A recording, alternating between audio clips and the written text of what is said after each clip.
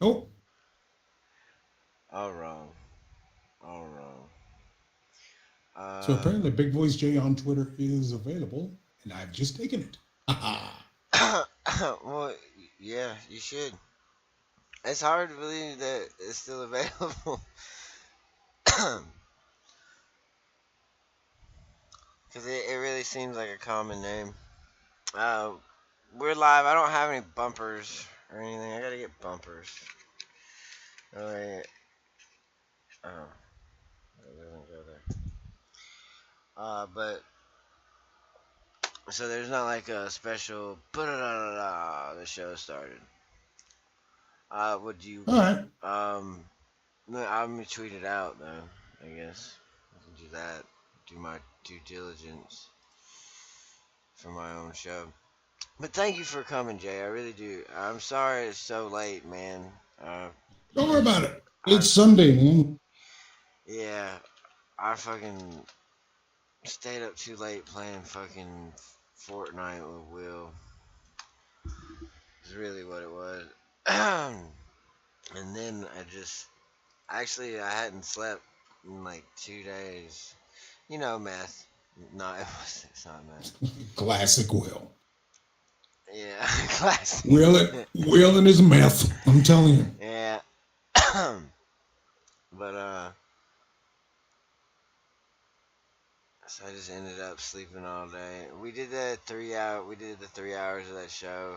It was pretty. I mean, we always start like because we threw it together, and it always starts off with like we're gonna talk time travel, and then we just end up bullshitting for like 3 hours. Oh yeah, So you excited for the movie party? absolutely. It's one. The great thing about the movie party is they're showcasing movies that I had never seen growing up, or didn't didn't have any interest in it in Yeah. watching any of it. The movie party has exposed me to the Greasy Strangler, Oh God, um, God. Yeah. Okay. Wolf Cop. Oh my goodness! I mean, just I actually really liked Wolf Cop. Um, it's not bad. It's not bad. You the could see Greek. where they were going with it. Yeah. I like the B-ratedness and that it just embraced its B-ratedness. I'm weird like that. If a show, as long as or a video game, anything, as long as it'll embrace its cliches, because you see so much of that, like they think they're being original, but they're not. And so Oh yeah. I kind of liked Wolf Cop, and I was pissed about Wolf Cop too. When he couldn't show Wolf Cop 2. Yeah, something happened. It's Amazon's being Amazon and yeah. Rabbit being Rabbit. But really, the show is just about what it's like to be a creator. How long, like, it's basically we bullshit about being creators, but and I guess I get to interview you at the same time. Uh, All right. but what I mean, how long you been podcasting, man? Or been in the It's a internet funny scene? thing. It's a funny thing. I really wasn't going to do it. Back in 2005 is when I started doing the podcasting thing. And I had a show called Funds on Radio, which was the genesis of the Twitter handle there. Yeah. Um, and also before that, I had run a radio station, an online radio station on Live 365. This was back in like 1999, 2000. This was back before words like copyright and royalties were being thrown around. Um, and everybody got all bent out of shape about that. So we moved from internet broadcasting into podcasting, and I did it for about 10 years. In the later years, I did a weekly show. I did it for about 10 years. Stopped at about 10 2015, years. 2016. Wow. Yeah, 10 years. and in the later years, I started to live stream it. Where was I live streaming it? I don't remember where I was live streaming it on. Spreaker or something like that. It was one of the newer things that was out there, and it got to be where the perfect was outweighing the enemy of the good. The Yeah. perfect was being the enemy of the good, and so I wanted to sound just right. I wanted it to be like one of those old time radio shows with jingles and playing music and stuff like that, because I still like doing that. I still like that. Yeah, Uh, I do too. Just because even if like you just get to share what you're listening with an audience, you know. But go ahead, continue. I'm sorry, I didn't mean to cut you off. and I love what Brian Ibbett has done with Coverville, and I'm very happy to see that he's still going strong. He's got folks listening to it and contributing, and that's his niche. Mine wasn't so much cover songs. Mine was playing the hits and stand up comedy, just weaving them all together in a seamless package. But podcast was basically me playing quote unquote pod safe music, which I got from Adam Curry's old company, Mevio. They had a bunch of music that was cleared for podcasting. There were some gems in there. Introduced me to a couple of artists. And once that finally shut down, I figured, well, there's no more of that. And then Twitch started to grab popularity, but I was just kind of burnt out about it. I didn't really want to do it anymore. In fact, at one of the live streams, I actually voice tracked the whole thing. I wasn't live at all. I was there babysitting the system, but you could see, you could hear me going in and out of songs. What most radio stations are doing now is because, there's barely anything live on the radio nowadays, these days, that aren't morning shows. In the rest of the day, they're all just, I'm talking and here comes some music. and that's kind of where it all ended for me. So, fast forward to a couple of years ago, Ritual Misery starts doing the Streamathon, and I was in the first one. I didn't have a whole hour or anything like that. But I liked what Amos and Kent were doing. And I admired the fact that they stuck in for the whole 24, 27 hours, whatever it was. Yeah. And that's great. Yeah. I got to watch Amos eat macaroni and cheese on the stream. I mean, it's the most compelling thing on Twitch at the time, but what can you do? I missed that. I did miss that, but the Streamathon is always fun. Always fun. And like I remember the first year of Streamathon, like I actually couldn't participate because like even then, like just doing shit, you run tests, the tests are fine. And then it's just a million of things, like audio goes to shit, Fitz, you roboting. am I right now? Yeah. I wonder if Well, you're not now, but I didn't hear the point you just made.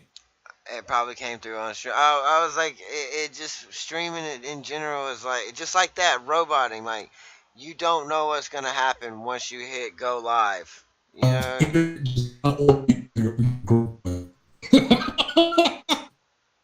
Yeah. Now you just roboted for me. It'll probably come through on stream, and I've got a separate recording, anyways. But I'm sure. but it's Discord. Discord's having a problem now, like because I've been. They said we were coming. I was coming through fine on stream last night, but I was cutting out and roboting. I have no idea what it is. You want to disconnect Discord and try it again? I couldn't understand. Yeah, let's kill Discord and try it again. Yeah, hold on. Let's read. Yeah.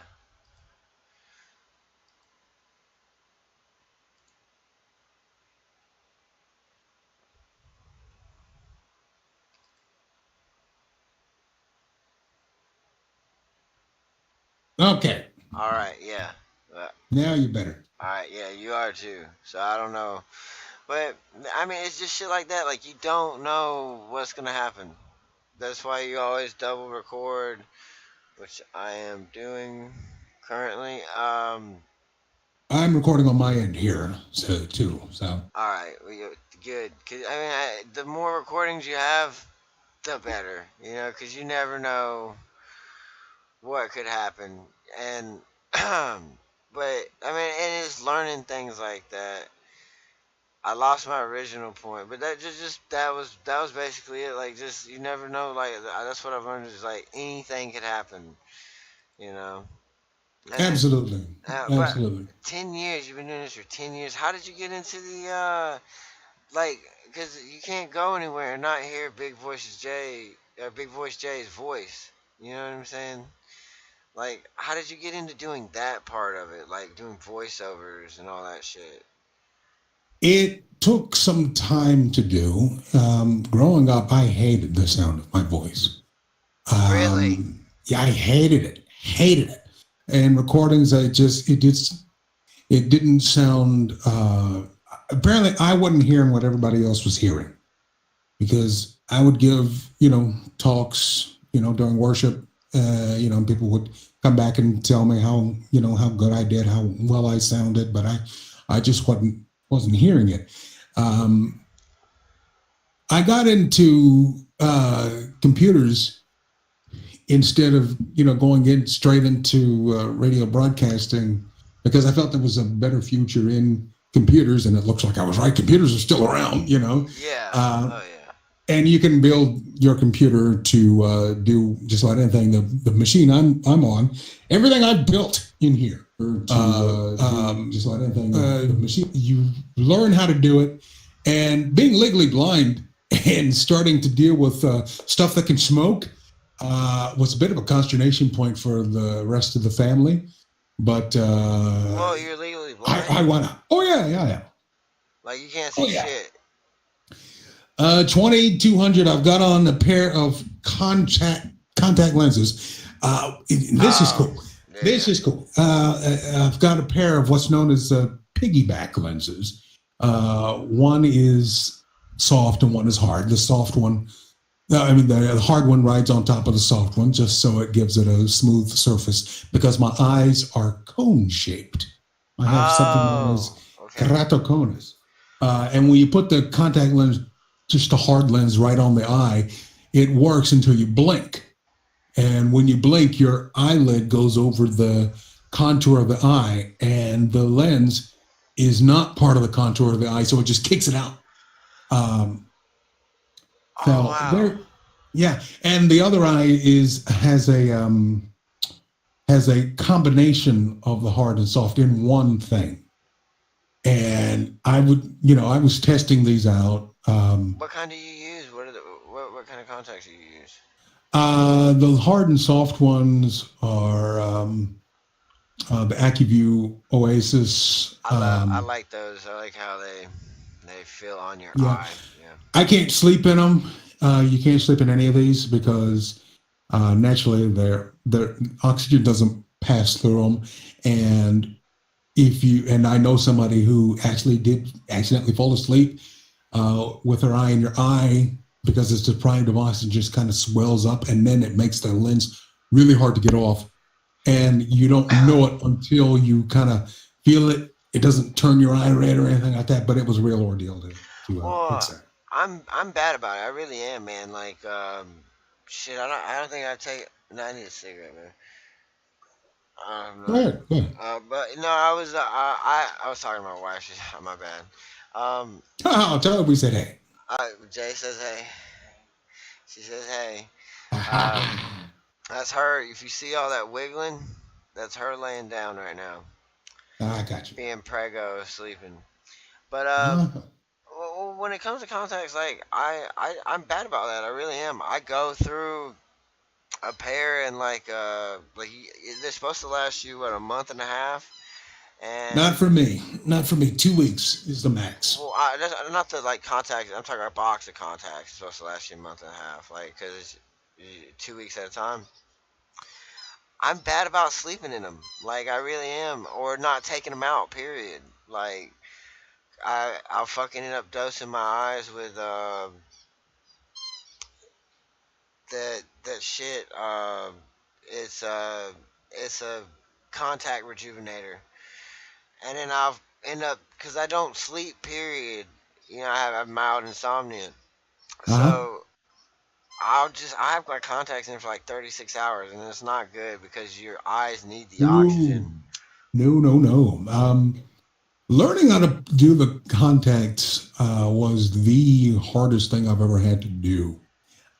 When putting them on for the first time, you have to trick yourself into letting your finger get near your eye without completely shutting it down. I remember when I was putting mine in because you know you can't leave until you put them in for the first time. Yeah. Uh, the girl was helping me because I have like long eyelashes.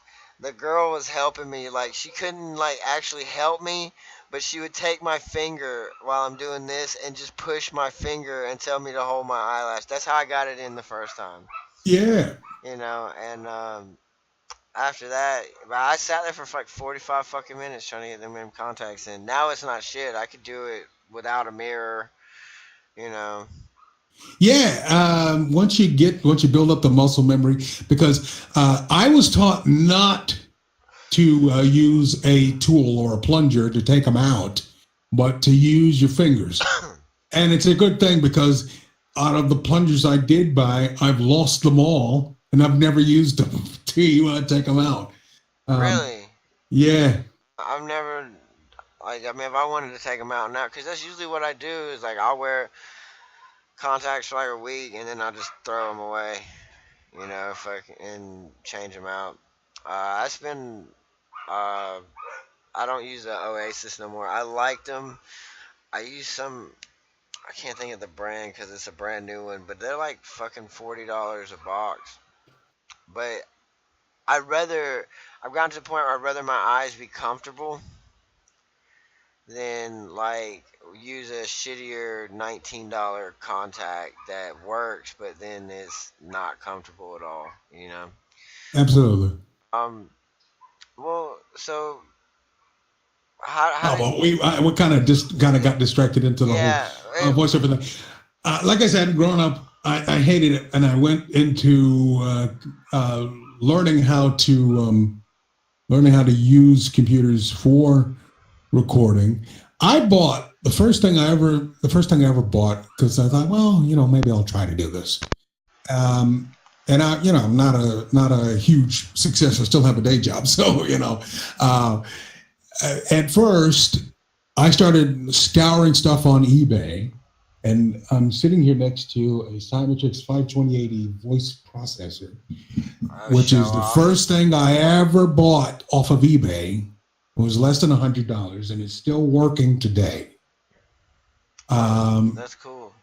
yeah, and but the first microphone I ever bought was a little $60 Marshall MXL 990. Marshall was the amp people, and I didn't know they, were making microphones too, but it sounded pretty good. And just I worked,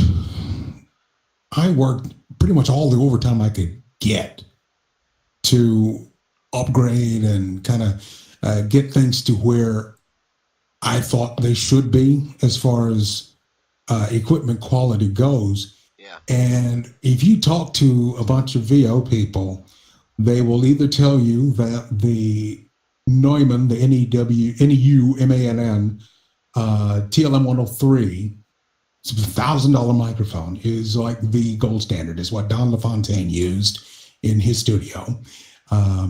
And nowadays, people have moved on to another $1,000 microphone, which was not built for voiceover at all, the Sennheiser MKH 416, which people recognize as a on location mic. It's got the Yeah. big old fuzzy thing on top of it to record the sound of the field or wherever you're at. Movie shoots, things like that.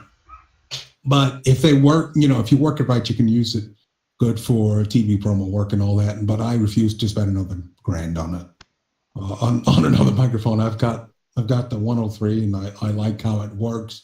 And I don't have a treated room. I don't have a whisper room or anything like that. I just have a carpeted bedroom in a 60-plus-year-old house. So whatever insulation in here seems to be working fine. I don't feel like I need to have a booth or anything like that. Well, only time I have a problem is like uh, the guy next door starts working on his truck. He starts banging on shit, but and then Yeah, I do live by a train track and an Air Force base, so like you'll hear airplanes all the time. that'll do it. Thankfully, there's not a whole lot of kids in this neighborhood, um, or if there are, but they're not on my street proper, Yeah. so they're not just running around with the dirt bikes and bicycles are yelling and screaming and all this and that. Well, Um, I would say well, my kids are pretty good. Like if they know I'm doing a show, or even if they don't know if I'm doing a show, if they come in here and they see me with a headset on and all that, they just assume I'm streaming or something. Even if I'm just playing a game, so they're very quiet and all that. Um, but I just felt drawn to producing something. I had originally thought, well, maybe I could do some commercials, but then now we have the DVR, and unless you're in an airport or a doctor's office, you're not watching commercials anymore. So well, a lot of stuff I did, from 2005 up to now lives on the internet. I've done, and I start to think about all the podcasts that I was had a had a stealth hand in, from Buzz Out Loud to the 404 on CMAD to Lunatic Radio, the Dirty Boxers show, plus all the stuff for uh, Diamond Club. That's it's kind of new, and I hope to be just kind of um, and is a great resource and a great friend to the folks at Diamond Club. And I always have a soft spot in my heart for podcasting because I know when I was doing podcasting when I had a show back in 2001, there wasn't a whole lot of resources out there, especially for podcast promos, resources, things like that. Um, there just wasn't anything out there, or if it was super expensive. Technology has changed that. The equipment has gotten better. It's gotten cheaper, yeah. um, and it's gotten to a point where if you have an idea for a podcast and you want to commit to it, the barrier of entry is not as huge as it once was. Well, you're right about that, and that's why a lot of people. I talk to a lot of people, man, and they're like, "Oh, I wanna do a podcast, or I wanna do a show, I wanna do a stream, I wanna do this, I wanna do that," and but my mic sucks, or I don't have a mixer, or it just or Big Voice J is gonna be streaming at this time, or Fitz is streaming at that time. Fucking create, like just do it, cause you all that shit is just an excuse to get away. Like I let me just be frank, I hate fucking writing. I don't mind it. I actually really I enjoy it when I can let go and write. I fucking hate it. Like because there's always going to be someone that judges you, but when you put and that's what people are more afraid of is getting out here and getting judged by other people. They're going to judge you either fucking way. Yeah, so like but it is to do 10 years from now like I remember when I was younger like I'd hear people doing podcasts and I like fuck, how can you who the fuck does that? Like how can you watch that? You know, like, and it wasn't like in a watch from, format. It was a listen to, and to me that was like listening to AM fucking NPR radio, and I hate that. I hated that when I was a kid. So it, Well, now, granted, at that time, like I said, the equipment wasn't where it is today, and people were literally just using the room mics on their laptops or uh, something on their phone, or there was nothing dedicated um, to getting a polished piece out to the internet. And this is where I think Adam Curry and No Agenda really have just raised the bar for that. Adam Curry, the ex MTV VJ, yeah. who if you saw him on Night Attack, you know that he's not just a VJ. He's kind of smart.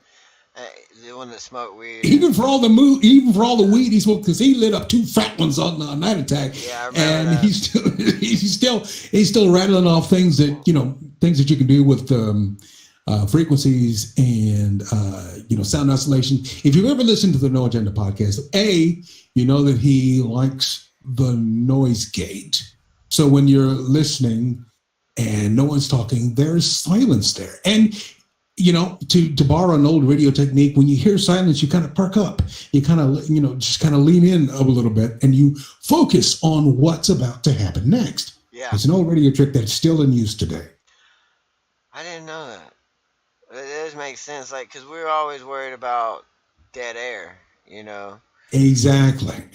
People hate a dead air, and yeah, absolutely. And there's dead air, and then there's the pregnant pause.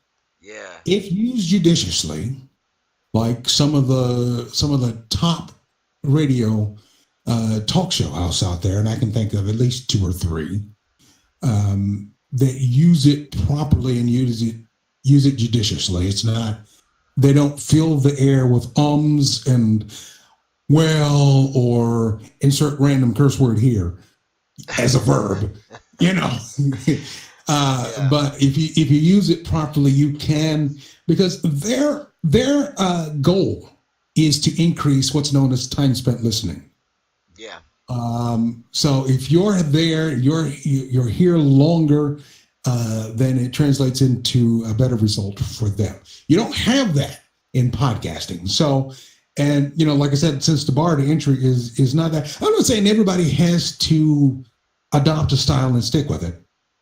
You can see what works and then see what you can do to make it your own. Well, I agree with that. I think every artist should be ever changing and growing and adapting. Like, and I mean, the reason why I wanted to do these shows like this is to have a show like format and show that we could do that, and I could talk, which I could talk for fucking hours about nothing.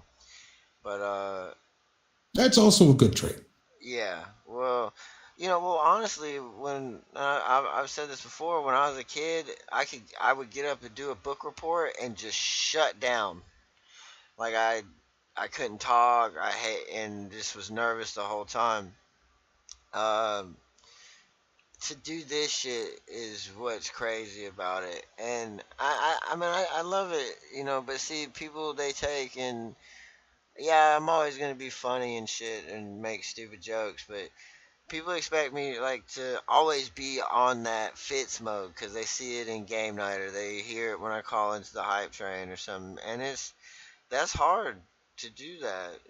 I character out in the shit. Like, Fitz is a character. He's an extension of myself, but I character out in the shit. Like, because it's like I can just say whatever when I'm Fitz, even though I know the blowback. Usually, but when I say shit, if I'm taking a stance, that's just because I feel like I need to take a stance. And I'm reminded of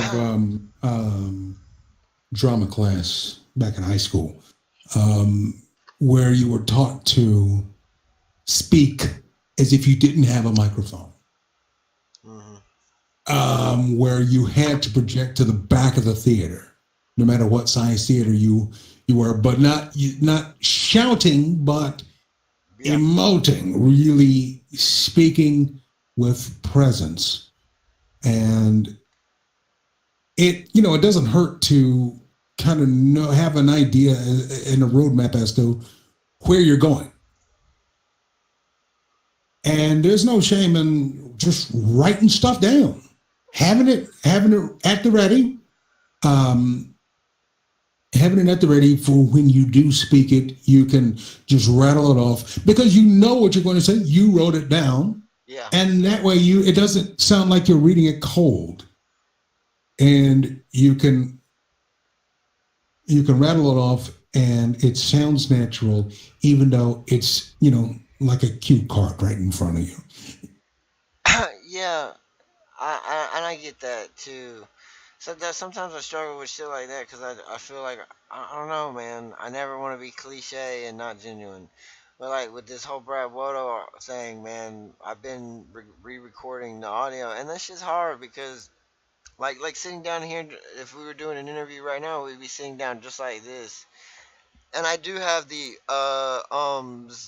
stutters because I've gotten to where I like to do interviews off the cuff because I don't know what you're gonna say. I can write a question down all day, you know, but I still don't know what you're gonna say to that question. So I usually, if, like an interview, I have like 3 or 4 questions, like go-to questions that I know I'm gonna ask, or that I've pre-worked out, and because usually somebody I've done the research on, you know, um, but it's so but to get to back to your point, like that's you've seen a decade of podcasting and seeing how it grows. That's amazing in itself. Because like for me as a new person, like it's easy now. We just jump on Twitch and start streaming and hope that Drake plays Fortnite with us. So Yeah. uh, to really struggle through that and go through it, what's kept you doing it for so long?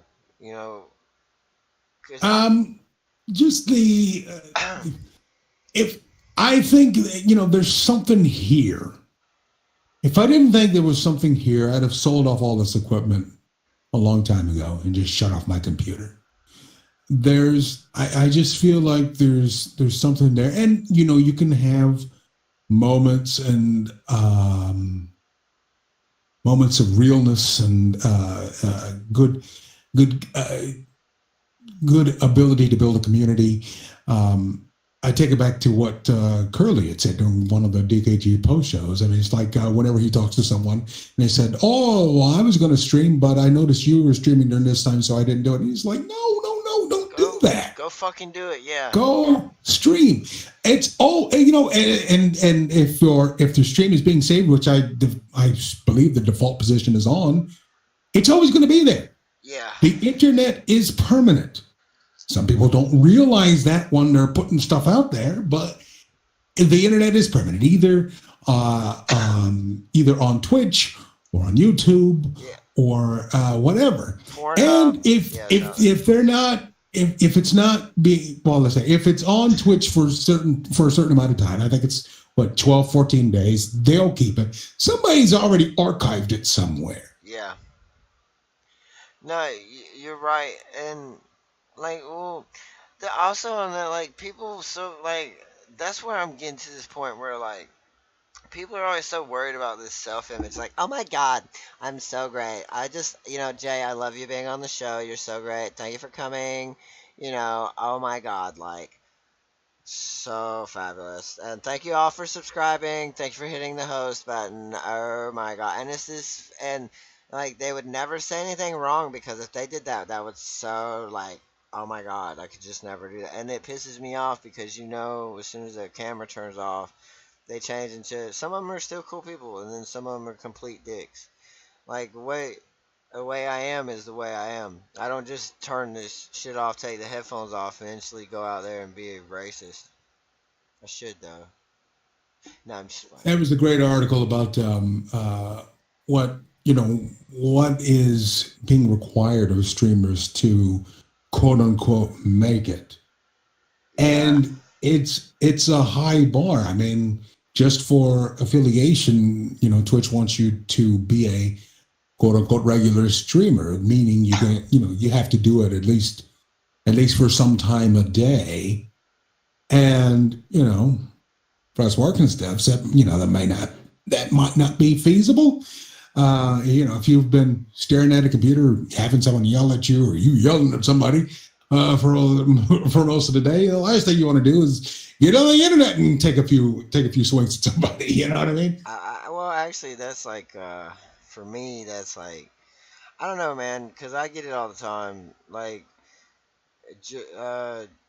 Julie told me go network other circles. Go branch out of Diamond Club. So I went and worked the Brad Wodo circle, and the chat rooms there, like it's like Night Attack, but way like Night Attack were cool at least, but like they're fucking vicious in other chat rooms when you go to some streamers have good have a nice general chat, but then some of them are like fucking cancer. So but like every time I always make it through, because I don't know, I actually don't mind the shots because I'll throw the shots back and make them look stupid, and I don't even do it. I do it in a nice way. I just whatever your joke was like, oh Fitz, you suck, you have no grammar, you'll never be part of the smart society. I'd be like, oh dang it, my grammar sucks. I guess I'll just never be able to hang out with you. Just shit like that.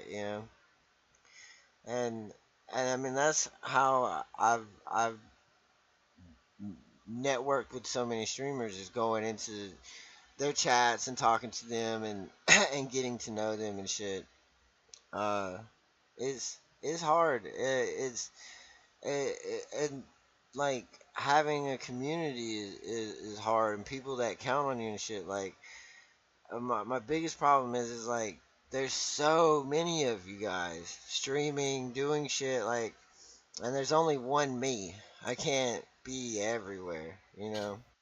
That's true. One thing I like to do is I heard about this on Kotaku. There's a aggregator called LonelyStreams.com. And all it just brings up whatever random stream on Twitch that has 0 viewers. Oh, that's cool. Yeah. You can, it varies Yeah. from people that are just kind of making beats, people that are playing a game, people that are just testing things out, seeing how things light. And you just kind of pop into the chat room and say, hey, that looks good. No, and it surprises them, and it's great. Well, it's good to have that feedback, and it is good to have an audience. Like I remember on the quest for affiliation, like it doesn't do it now. Well, I can see it now, the little number, how many people are here, but like I can never really tell because it'll jump from 5, it'll jump back to 2, it'll jump to 3, it'll jump to 6, and it jumps back and forth all the time. There were people who are like, yeah, I was watching, and I didn't know they were even in there. Uh, but the numbers used to haunt me, like, because on the Xbox, when you stream on the Xbox, it has a runtime counter and how many people are there. And I swear I would go to sleep and see that number in my head, and you can't let the analytics bother you. Like I really don't, and I tell people like, cause they're like, oh man, I wish I could have been there, and I'm sorry, I wanted to watch. Man, go watch whatever you want to watch. And I think that's the problem for a lot of people is right now, like on Sunday, people already have their Sunday lineup of podcasts they want to watch. They already have, the streamers they think might stream and they want to catch. So When I it's was podcasting regularly, um, I didn't do it for the numbers. I never paid attention to the numbers. I did it so that I could uh, learn to better speak extemporaneously. I learned that I could uh, increase my production skills because I was trying all kinds of stuff on the back end to try to make it sound big and full and nice to listen to. And now um, I can feel that I can turn out a quality product, which is helpful because now that y'all have asked me to do the movie draft minute for the B team or whatever we've got it called now. I don't Um, know, man. Yeah, but yeah, but that has helped because it helps to learn the production skills because that's what you're going to need if you're going to go into voice acting. You need to know how to work your computer. You need to know how to work a DAW. You need to or a digital audio workstation. yeah, Um, you need to know how to build your own demo reel. People will, most of the people that will tell you you don't need to build your own demo reel are the people that are selling you demo reels, or they're part of a partnership that sells demo reels, or they're part of a conglomeration that sells demo reels. But they'll always say, "Don't do it yourself." You need to learn. One of the great things about voiceover acting is that you don't have to go anywhere. The days of Don LaFontaine getting into a limo and going to a studio to record 5 words, yeah, they're gone. A, because there are more people in the business, and B, it's not just concentrated to Hollywood anymore. And C, yeah, there's more than just what is on television or what is on the radio. Now we have e-learning, now we have audiobooks, now we have podcasts, now we have explainer videos, we have YouTube, we have yeah, Twitch. There's several different things that you could do that aren't going to be part of a union or part of some sort of association that specifies how you should do it or how you should be paid.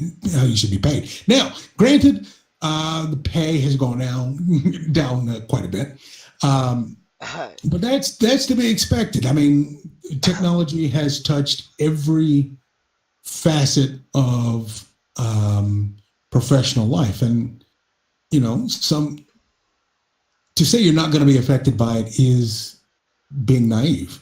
yeah, I might at my corporate job we do just the four of us do the work of double or triple our size because of automation, because of self-service and things that we can just put out and have someone go and get when they need it, not just putting in a request for it and waiting 24, 48 hours for it to happen. yeah. Well, and I mean, you're right about that, though. It, it's this is a lot to learn, to do. And there's a lot to learn, and do not sleep on YouTube No, as a oh great yeah, learning source. A lot of the things I have learned to do when it comes to recording and producing and mastering, I've learned from YouTube. There are yeah, great channels out there. Mike Russell, who's my man from the Isle of Wight, down in the United Kingdom. He has a great channel. Booth Junkie, Mike Delgadio. I think he's in Cincinnati. I don't remember where. East West Audio. What is it? The VOBS channel. hmm, They do a weekly podcast and a YouTube live stream, and they talk to some of the big names, names that you would recognize. Dave Fenoy. yeah, He was the okay, voice of Hulu. yeah. Uh, Joe Cipriano, the voice of CBS and Fox. Oh yeah, yeah, Yeah, some great people, and it's a great resource that you didn't have access to back in the early 2000s. It just wasn't there. well, like with Twitter and fucking with social media in general, it's so much easier to network now and to meet people. You know, like uh, I don't know, man. I get all the time like people are like, How did you get this interview?" I just asked. I mean, like with Brad, like I was in his chat all the time. Eventually, they learn your name, and then you just ask. And then like Jury. Tom Merritt, fucking Schwood, they didn't even know who the fuck I was, and I just asked for an interview and they gave it to me. You know, Uh-huh. it's about creating, because like if you don't create anything, then you don't have like you can't be like, well, I've done this and I've talked to so and so and I've done this and I've also done this. So when you're going to, no one's gonna want to hire you or want to work with you because you can't show them a base of work and all that shit. So it's it it's hard to do all this shit, and people are always like, yo, fuck fit, so you're making it, and I'm always like, what? I'm making it at poverty because I'm doing great at poverty. Like, I'm fucking kicking ass at Oh poverty. yeah, yeah, I hear that. But I don't consider like none of it making it. I don't really. Everybody wants to be famous. Fuck that. Everybody wants to be famous, but like at the same time, like I'm not doing it for the fame either. I do it for. I like to talk. I like the art. I don't want people to see this side of creating, because all people see is this fucking smile we put on, for the show to entertain and dance like a monkey, even if that's what we're doing now, but still, I've I've never wanted to be famous because I've seen what it does to you. yeah, Oh well, man, I it's don't, I don't, just an ugly, ugly thing. I don't ever want to lose myself, man, and that's one thing I hate about this whole thing is the viperism, the and it's not necessarily that people steal your shit. I think it's more we're all artists, so we see something like that you're doing or I'm doing, and we go, I could do that and I could make it better, or I could do my own spin on it, So, but there are people that steal shit from you. There's fucking gatekeeping, Uh, Yeah, I don't give people the opportunity. A lot of stuff I just give away. yeah, I just give it away. I produce something and I just email somebody and say, hey, if you like this, go ahead and use it. And A, they're pleased as punch that someone actually cared about them to help make the show a little bit better, gives them a little yeah, bit um, more, I guess, I don't know about the street cred, but it makes them feel more official because someone else is saying something. Because one thing you don't want to do is, this is an old adage, but it still rings true today. You don't want to be on your own production, no, meaning you for can't sure. be leading into yourself talking about things. You're right. Well, I've learned that too. It's better if I go out into the streets and scream your name. It's better for me to do it than to me go out in the streets and scream my own name. You know what I'm saying? Right, right. Like people actually listen more to someone else promoting you than you promoting yourself. Um, and I like the promotion side of things. Like I don't know, I don't really give a fuck, but you have to. You have to plug and you have to do all that shit. Because if you don't, people don't know who you are, or know where to find you, or how they can help. Like I used to have like people like, yeah, I want they donated my Patreon, and I'm like, I'm putting out a free article anyways. Like you don't really have to support something I'm gonna do anyways. I don't, and I don't look at this shit as like I always talk about I'm gonna make it, and well, I just what making it to me would be. Uh, if I wanted to eat McDonald's, I could just go fucking eat McDonald's and not have to worry about, well, that's $5 I could have spent on something else, you know? Or, Absolutely, absolutely. Uh, One of the things that I think that people need to get over is that if you're going to put it out there, it's going to be out there. yeah, There's many things that people can make fun of, but that doesn't mean you have to say, "Here I am, go ahead and take a swing." Take take the proper precautions. Take a moment to say what to kind of feel out what you're going to say. yeah. Be spontaneous, but don't be reckless. Well, yeah, I There's get, all sorts of prior art from people sending an errant tweet or a random Facebook post that goes viral and suddenly you're a national news story. Yeah, for the wrong reasons too. Like none of your content that was really mattered. And that's the problem. Like they don't want us that live on Twitter every day. They don't want us. They want the randoms that they can fucking shove off, you know. But like, you're right. See, it's like I was telling somebody. I think about like I say a lot of random shit and improvised shit, and sometimes shit does like somebody told me. It's what made me really start thinking about what I say. Because to me, when we're doing a bit or we're doing a joke, I'm just throwing a joke out there. I'm not doing it. I don't fucking stand behind some of that shit, you know? But, Let like, me ask you something. Where are you on the genuineness of a Twitch stream?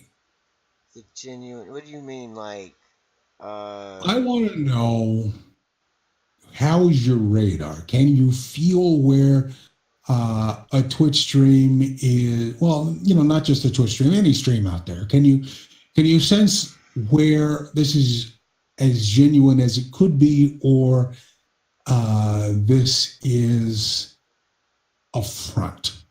oh, yeah, yeah, I can. This is my job to do that, yeah.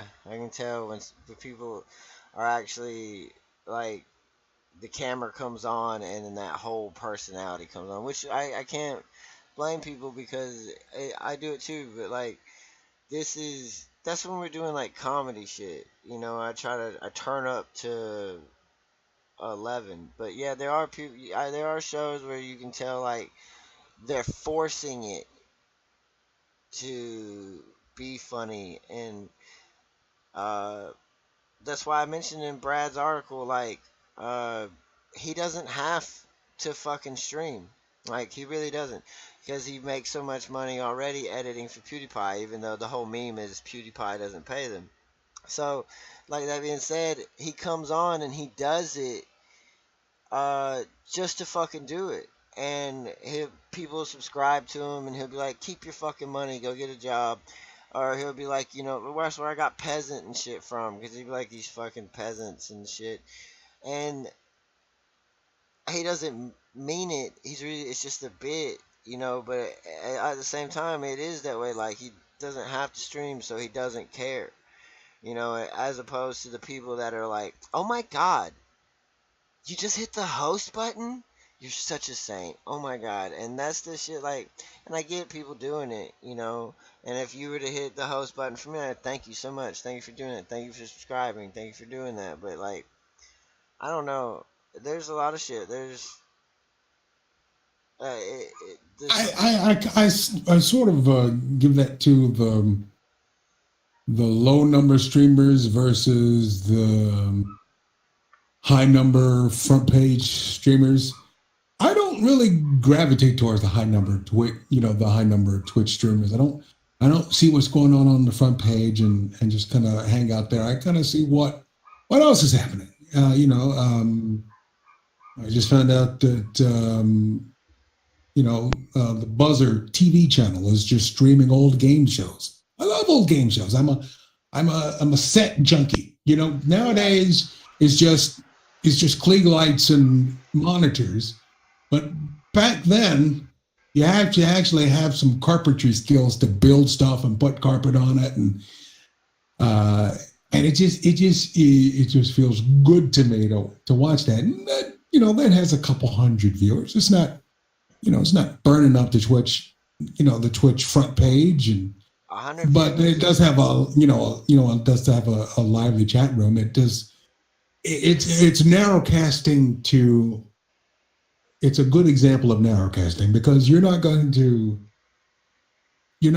attract the people that don't want to see it. It's not catering to the lowest common denominator. It's, hey, if you like old game shows, look what I got here. We got 24 hours of old game shows, and you can connect with people who like talking about and watching old game shows. You might find some old contestants that were on those said game shows, and you can have a lovely experience. Yeah, well,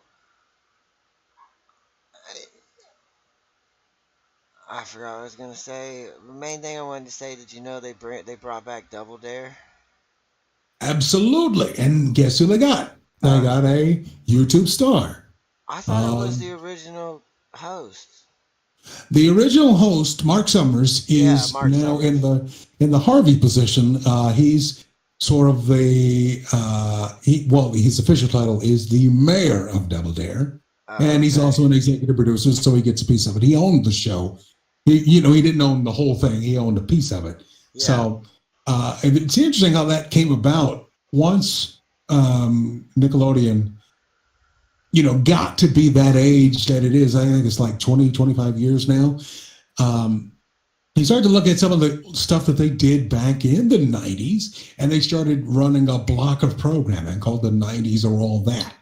And it had Rugrats, Doug, All That, Keenan and Kel, Oh yeah, my and it childhood. awakened a firestorm of Oh wow. Yeah.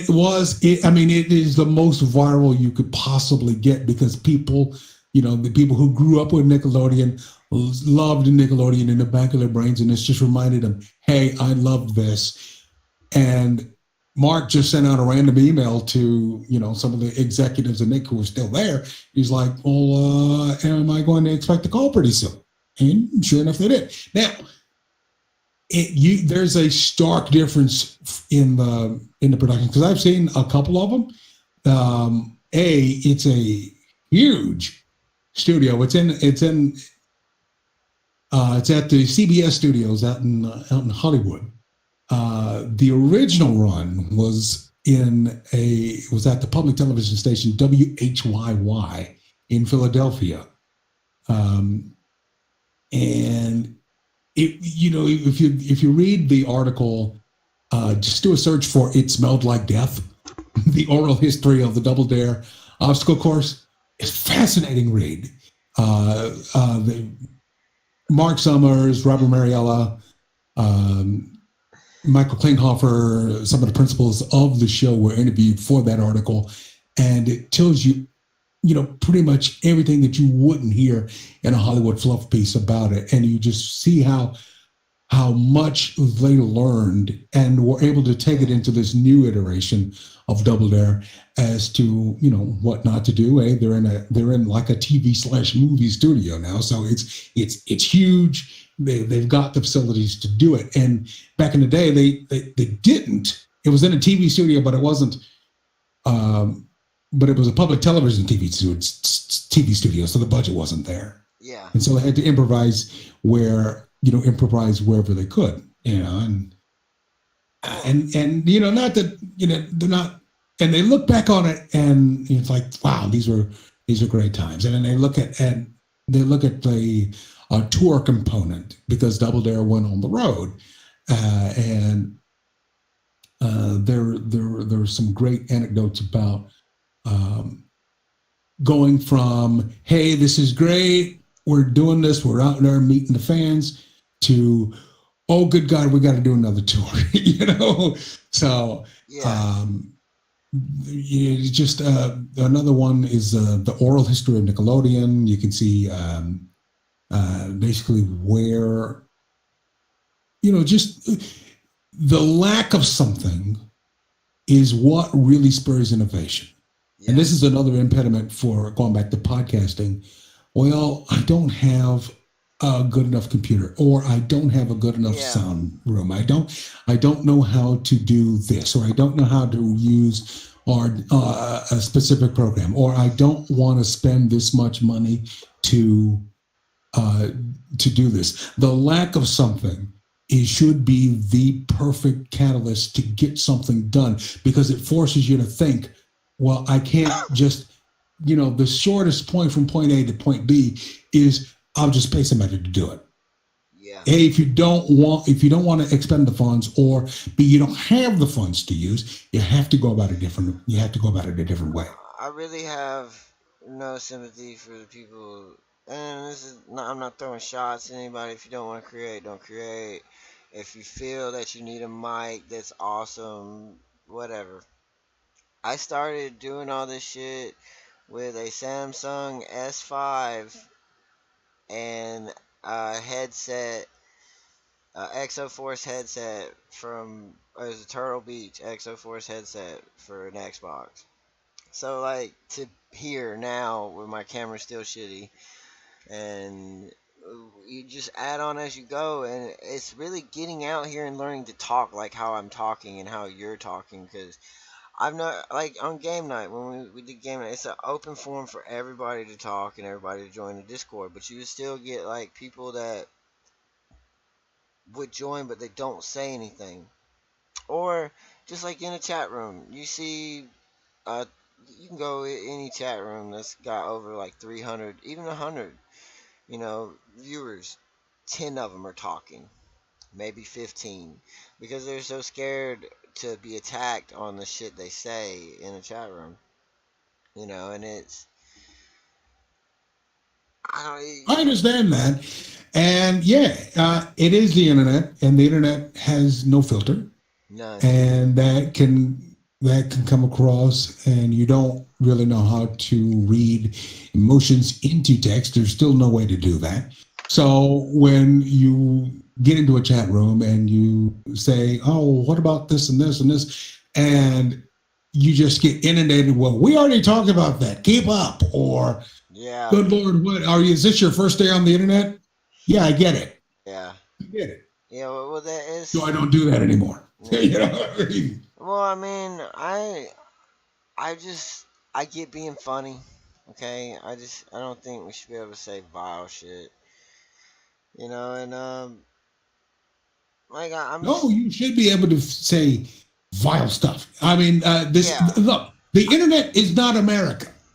I hear yeah, this all the time. The internet is not America. It's based in America. That's where a lot of Americans are. But America ends yeah. at your keyboard. You're right. You're right.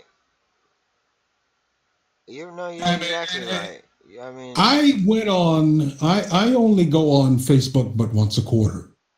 I don't even go. Twitter even less because um, people I know, people I love, people I work with, they just get bent out of shape over a random tweet or Yeah. something the president did or something like that.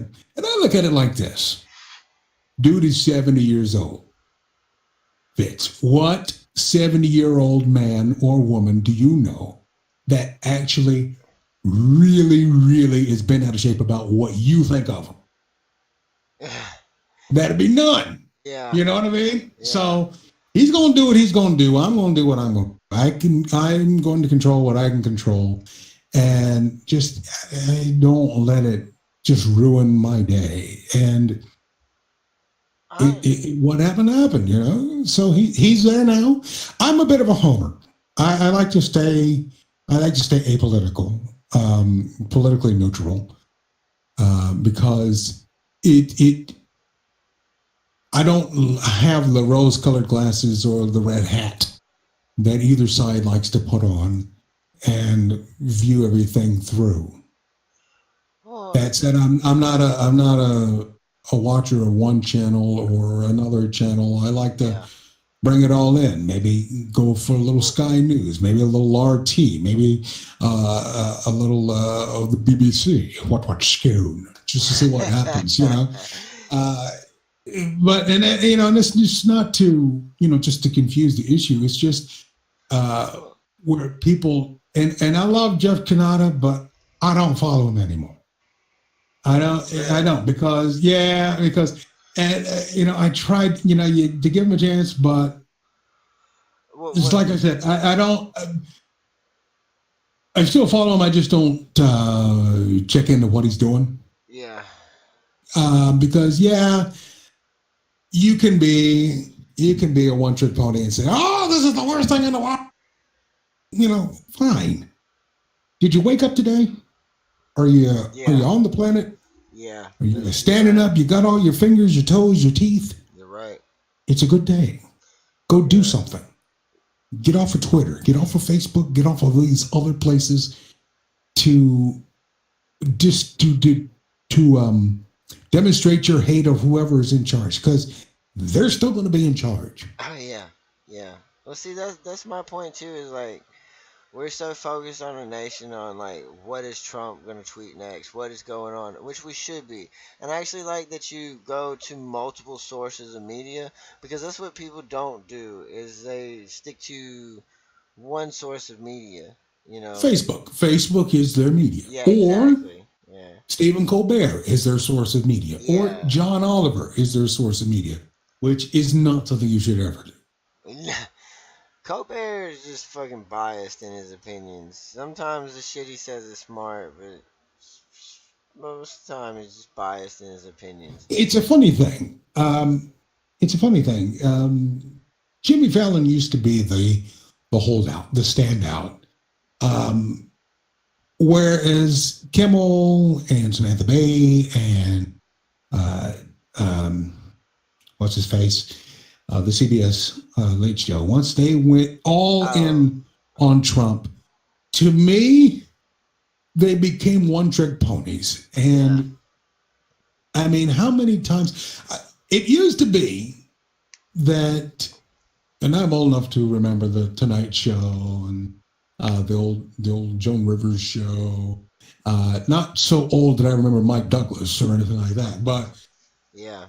the late night talk shows were like a cap on the day. You could get in there, you sit down. Most people were in their bedroom. They were getting ready to watch some lively entertainment at night to end the day. Yeah, go to sleep too. After that Go was to like, sleep too. yeah.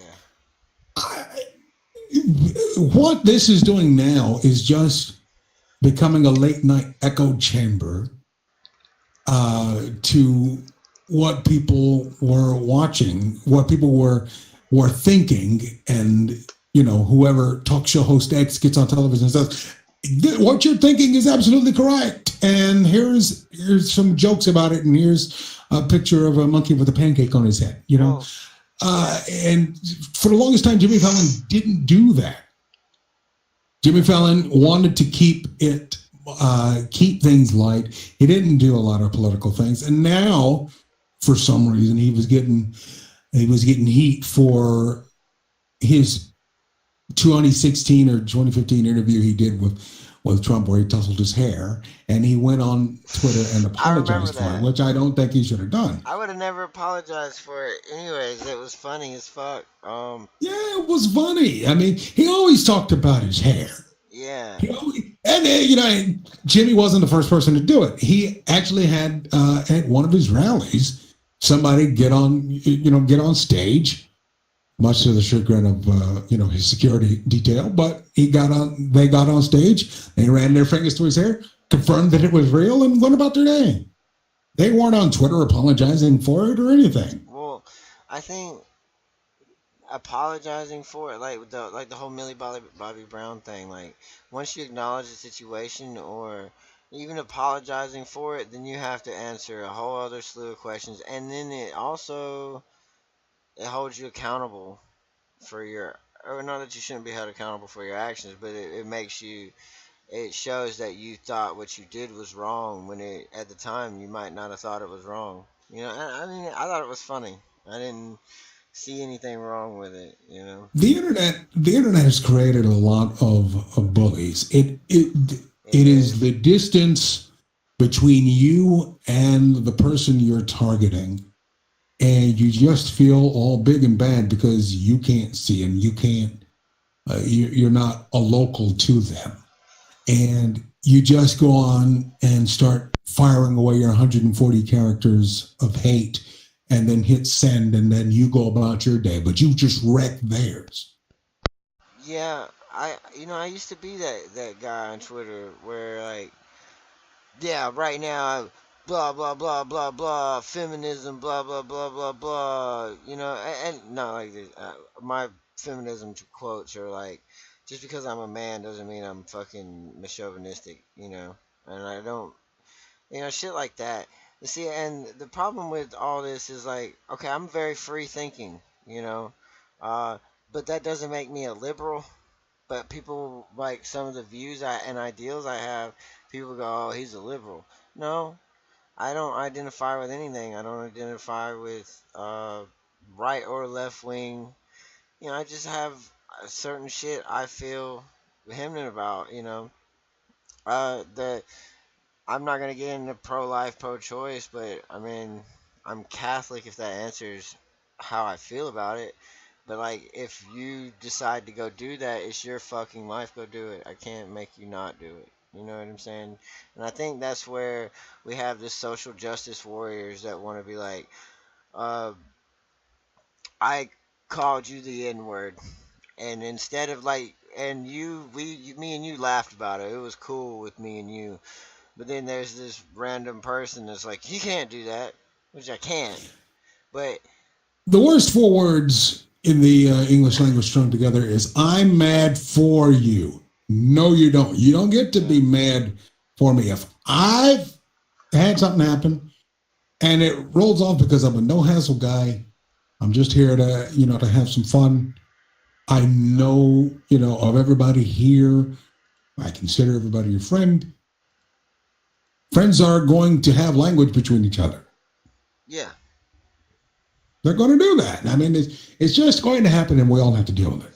So, yeah, there's gonna be when you're dealing with the community, anyways. There's gonna be issues of this person's mad at this person, this person's having this with that person, you know, and I I I try not to get into it, but I don't know.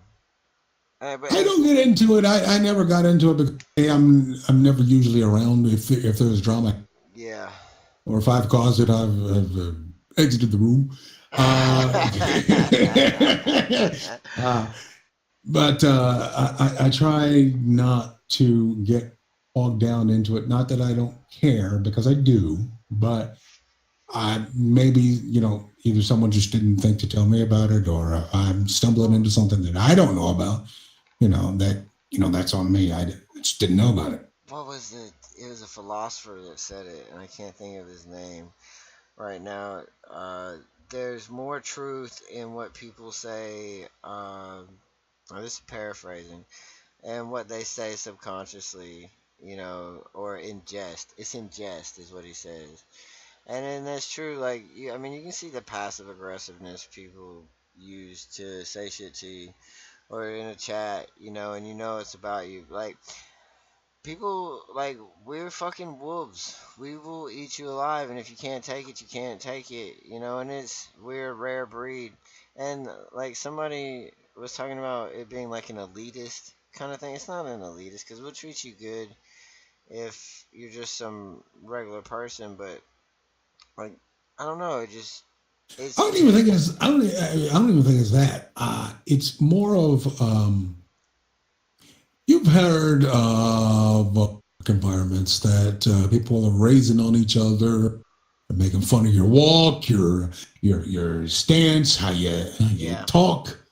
I've been in that environment. I've thrived in that environment. You learn to adapt. The problem is we have our crop of millennials coming in, and they didn't have this type of environment. They didn't. They didn't have someone getting on them about what they chose to wear that day or whatever. Or at worst, they were being told that whatever they chose is the perfect choice, is the choice. yeah. And everybody else is wrong. You are right. Now, I'm not painting everyone with all the millennials with a broad brush with this. There's just more of it than I think anybody should be happy with seeing, and there ought to be a meeting about that. So, Well, um, yeah, you're right. There is a lot of I don't coddle my kids. Honestly, like, if they've asked me about what mass genocide is, and I've explained it. And I've explained, because like when and my kids is I mean, and everybody brags on their kids, okay. But I will say my daughter and is she. I mean, it's funny. We were having an argument, not an argument, but we were laughing about Sam Hears drew the fan art for the new hoodie, And he did it because That's some good stuff right there. yeah, well, I subscribed him for like 3 months, so he just drew me a picture. And we were laughing because she was like, "Oh yeah, well I had a fan that drew me some fan art for free," and it was just so funny, you know. And you talk about views on a video or likes on a video, and I'm like, I'm having this one-upmanship with my 8-year-old daughter, you know. So How exposed are you letting them get to the live scene, the what's going on out there? How much of a cloak are you giving them? what do you mean, like with YouTube Well, are you or throwing them? Well, yeah, I mean, tricking them to the kids mode, or are you just throwing them out there, I let them see what they can I get into? I let them watch whatever, except for I do not let them watch. Of course, I don't let them watch Leafy, of course. Uh-huh. I don't let them watch. Hell, some of them kid shows are fucked, man. Like, wait, really, they just watch Markiplier, which they cuss, but it's not like they don't hear me fucking say it. Um, Mm-hmm. uh, Jacksepticeye, they like Dan TDM, they like the top tens. I just pretty much keep them away from, like, I won't let them watch Logan Paul, and I won't let them Right. watch Rice Gum, because it's all that is drama stuff that it's not good for them, and it's like, and Little Tay, I've let them watch Little Tay, but just to be like, I swear to God, I'll kill you if you ever act like Little Tay. You know. That's a cautionary tale. Look, do not Eh, do this. I hear you. but well, I mean, like, at the same time, though, I don't. As long as it's not too graphic or sexual. Those are my like two things I don't want them exposed to yet. Um, Growing up, I was not in a household that used the Super Seven as George Carlin would what like to shit? roll out. Shit, piss, funk, cut, cock, sucker, motherfucker, tits, fart, dirty. Yeah, those are the ones. Those are the ones. Uh, to me, nowadays, I'm in my 40s. I still don't do it. Not, it's not as a badge of honor or anything like that. It's just, uh, I think there are more words in the English language that we could use. And hey, I can't control what goes into or comes out of anybody's mouth but my own. I certain words like if I was gonna say cunt, I would use it in a bit. Like, you fucking cunt, like a British bit, but like I can't. I'll The Brits are all over that word, by the way. For They're just fuck's sake, man. For fuck's sake. Like, if you ever go to any chat room and it's like a British predominantly chat room, just say FFS. It's for fuck's sake. You'll blend right in, and just say, "Are you taking a piss?" They'll never know you're American. Um, but no, when it comes to cussing, like I can't. Sometimes I can't help it. Like if I know I'm gonna do a PC show, I'll say the F word like 50 times to get it out of my system because it's just how I talk. I'll just be like, yeah, but we were fucking doing this and shit, man. We were fucking doing that, and it's like it's a habit I had to break. I have to break. But I don't know if I know I can't cuss, I cannot cuss. You know, I don't know. what surprised me is how well Bob Saget held it together for all those years on Full House. Oh my God. Like I love Bob Saget and I love the person he is now. Like his comedy, even some of the stuff I don't agree with what he's doing, or like some of his ideals, but I love his comedy, man, and he's, you know, he, I love, Absolutely. yeah, you know, If you want to go back a ways, you could look at what Red Fox was doing yeah, okay, back in the day. We could not listen to that. Listen to his records. Way more Richard Pryor's or anybody like that because they just got on the language and they just wallowed in it. You know what I mean? Red But Fox was nowadays funny you can though. do it. He was Yeah, funny as hell. yeah, yeah. And see, well, that's where I got my love for comedy was when I was a kid. I didn't really have like by the time I hit 12, I could do watch whatever. Unless it was too graphic and sexual or something like that. But like comedy skits, grew up on George Carlin, grew up on Richard Pryor, Lisa Lampanelli, uh, just all types of stuff. And like I used to sit there and watch this, and I'd be like, I'll never be able to do that. And that's why I fell in love with. And you're talking about when you're talking about millennials not having to adapt. You're right. I think in a sense because when I was a kid, I used to get picked on all the time. I was a fat kid or whatever, and but then I found I could be funny, and once I could be funny and make people laugh, people would like me just for being making them laugh. So you find Same way. boat. I mean, I'll see you're fat, and I'll add on an albino, right? Yeah, So, and yeah. and it's not that it's not something people saw back in the '70s. And my family, I have a brother and a sister who are like me, who both older, and who had to deal with that. And here I am coming up, and yeah, it's more of the same thing. People staring, people Mm. looking at you, weird, asking odd questions. Oh yeah, I would have Uh, asked you a million questions as a kid. I oh, already know dude, that. I already know I yeah, would have. But yeah. see, I had a friend when I was in school. He had no legs. Like he Mm-hmm. had no, but that he was strong as an ox. I'm telling you, you could not beat him. And he played nose guard for a football team with no legs Wow, and varsity nose guard. Um, no, like that football be ain't no joke, man. yeah, but he was one of my best friends, and like yeah, I would have asked you a million questions, but see, it's different for me. Like people think I know how I sound. I know I sound southern as hell, but there's people that sound way more southern than I do.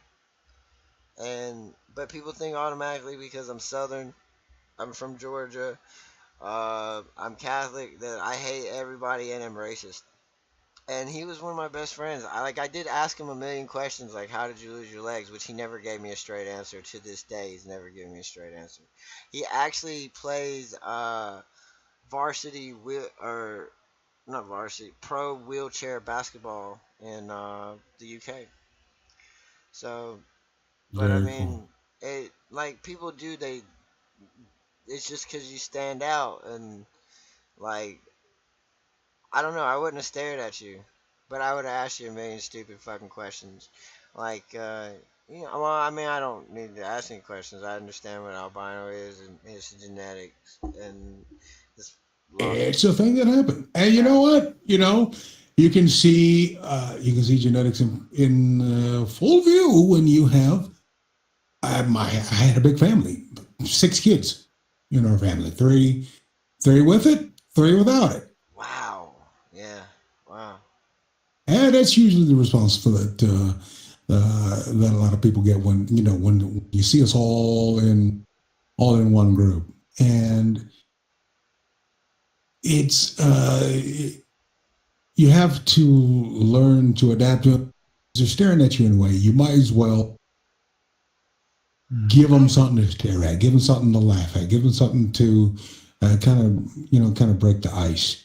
And I wasn't feeling that way, growing up. It was very, very subconscious, and it's just, normal teen things, yeah. I bet people normal called you teen things. Teens are going to Casper. be subconscious. People are going to be subconscious about their looks anyway. Yeah. Well, that's what they do is they pick on you so they can feel better about themselves.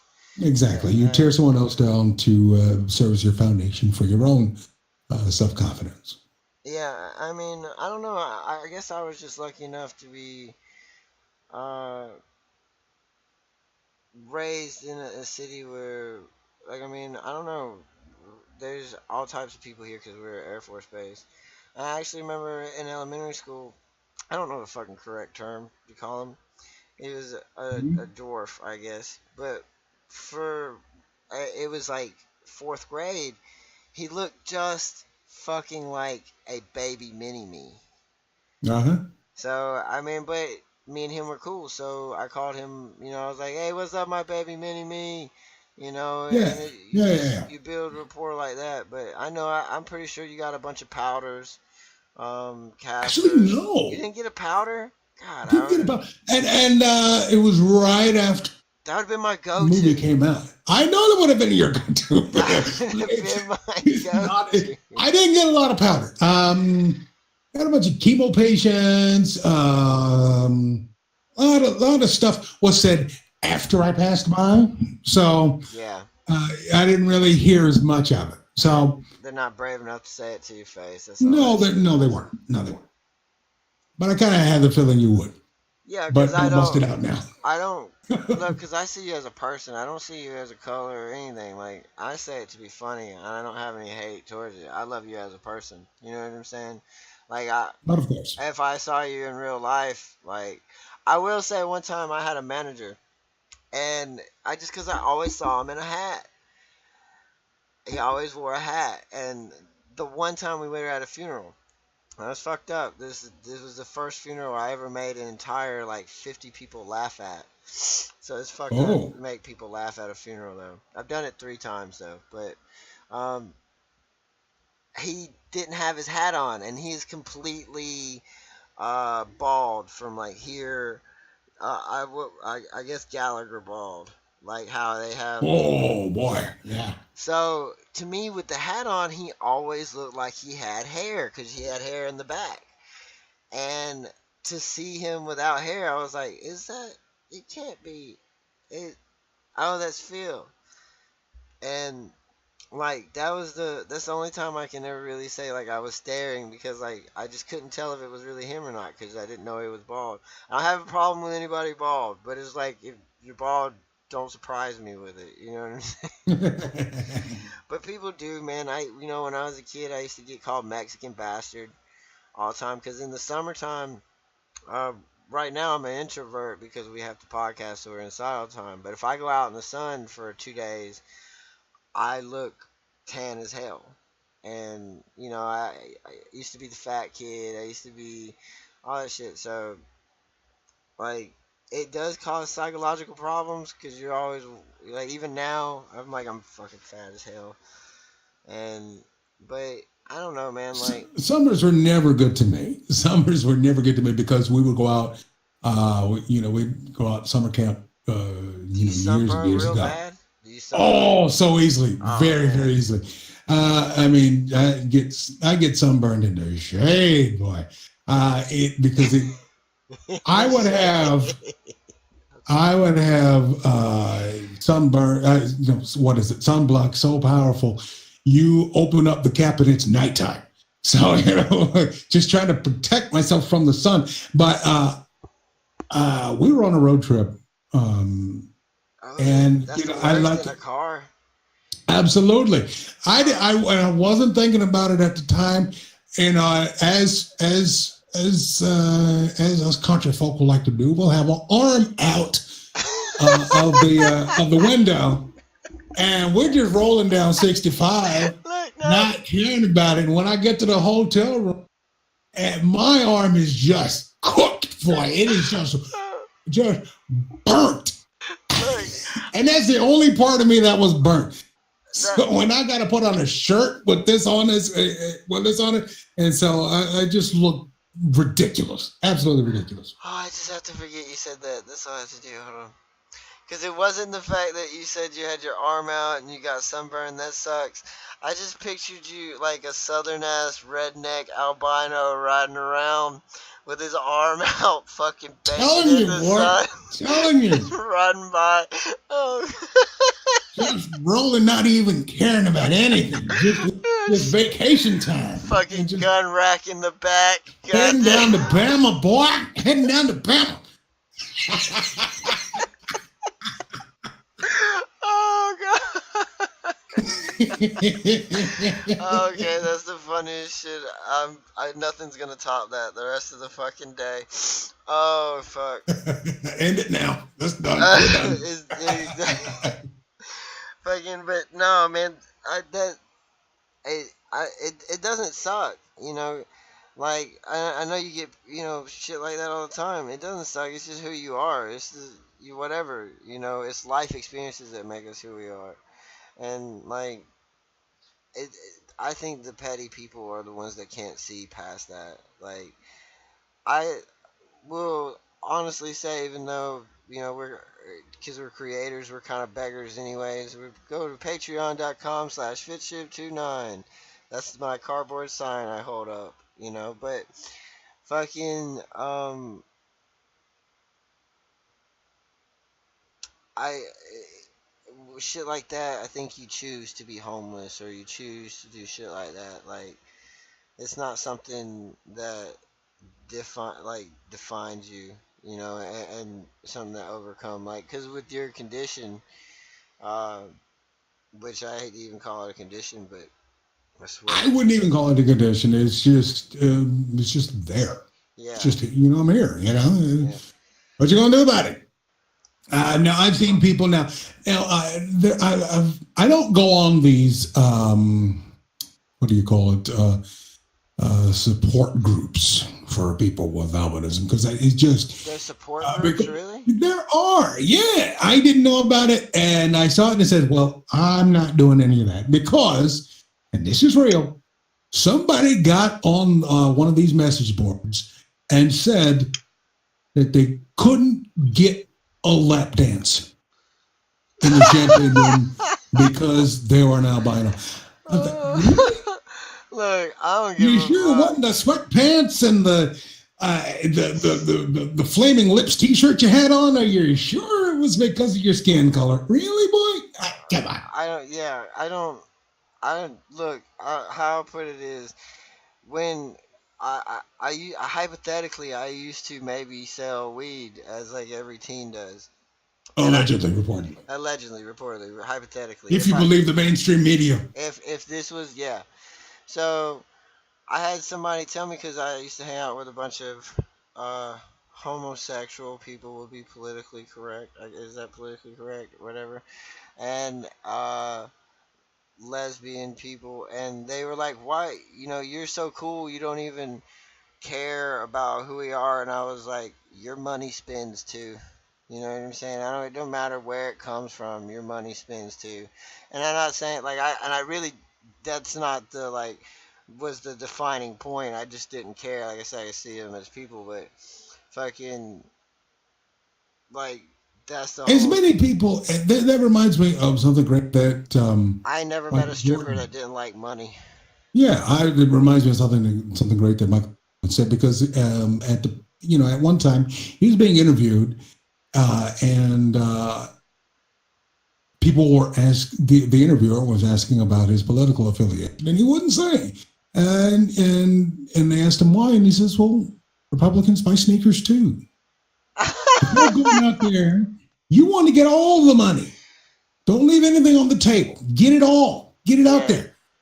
yeah. Which means that, and another different, well, more of the same. Dolly Parton was on a TV interview, and the interviewer again was trying to goad her into saying something about Trump, and she was having none of it. She says, "I'm here Yeah, to sing. I remember I'm that. here to sing. I'm here to perform. All of that can go for another day. Now, what I'm here to do is my job, and I I'm do my job well, and people pay me for it." Yeah, and that's all that matters. Yeah, I mean Dolly Parton is, I used to have the biggest I respect got for into a her. discussion with Dolly. I got into a discussion about today, and someone threw the term "grilf" at me. It's like, all right, okay, fine. I gotta go look this up. It's grandma. I'd really like to. Well, like Yeah, to like to yeah. like to get to know a little bit better. Maybe share some chicken or something like Well, if I was that. gonna go for Gilf, I'd go Susan B. Sarandon. Yeah. She looks crazy enough to. Not be like, down with it. yeah. I think maybe she could be Meet her cool. outside of her bowling alley or whatever she's calling it now, out in New York, and back in the alley, and have yourself a little meeting. Uh, well, yeah. I don't know. Those that yeah. No, if Betty White was still alive, definitely Betty White. Yeah. Wait, she's dead? I thought she did die. She's not dead. I don't think Oh, so. Betty White She's the then. last surviving Golden Girl. She outlived them all. Betty White then. Betty White is that's my guilt. 'Cause Betty White seemed like a freak, anyways. Look, man, you don't last that long in Hollywood without seeing some things. Yeah. Who knows? Alan Ludden might have been down for whatever. I almost made a Weinstein joke, but um, I mean, Hey, it's your show. I can't control what no, goes into or comes out of no, your. no. I'm better than that. Look, I used to. Well, you choose your comedy. You know, like There's low hanging fruit, and then there's the primo stuff up top. yeah, It's exactly. top. It's called top shelf for a reason.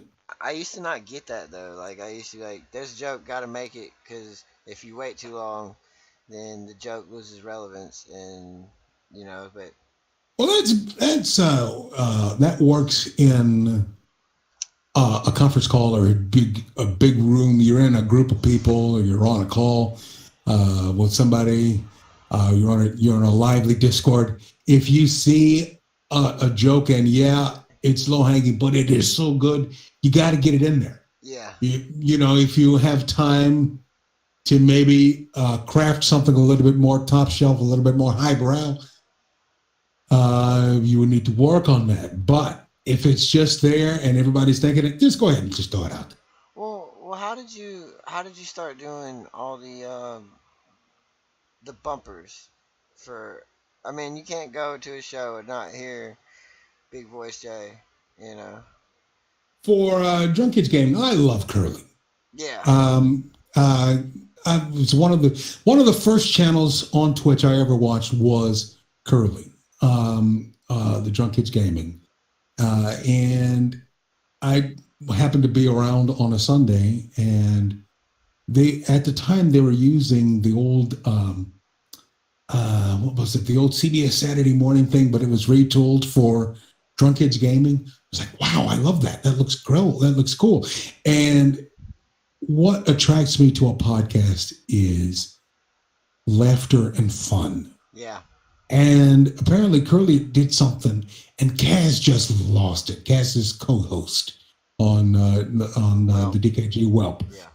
the DKG Whelp podcast. And laughter is infectious to me. I'm sure it's infectious to everybody else, but that will hook me, and that will get me to come around again and see if Curly can wreck Kaz, or a video can wreck him, or something can just set him off, because he will go into a laughing fit Yeah. that just said, "Oh, we probably should get concerned. Somebody should get some candy. He's having a fit." It's just that good. Yeah, well, Kaz and Curly have great chemistry. I've said that before. I've told them both that.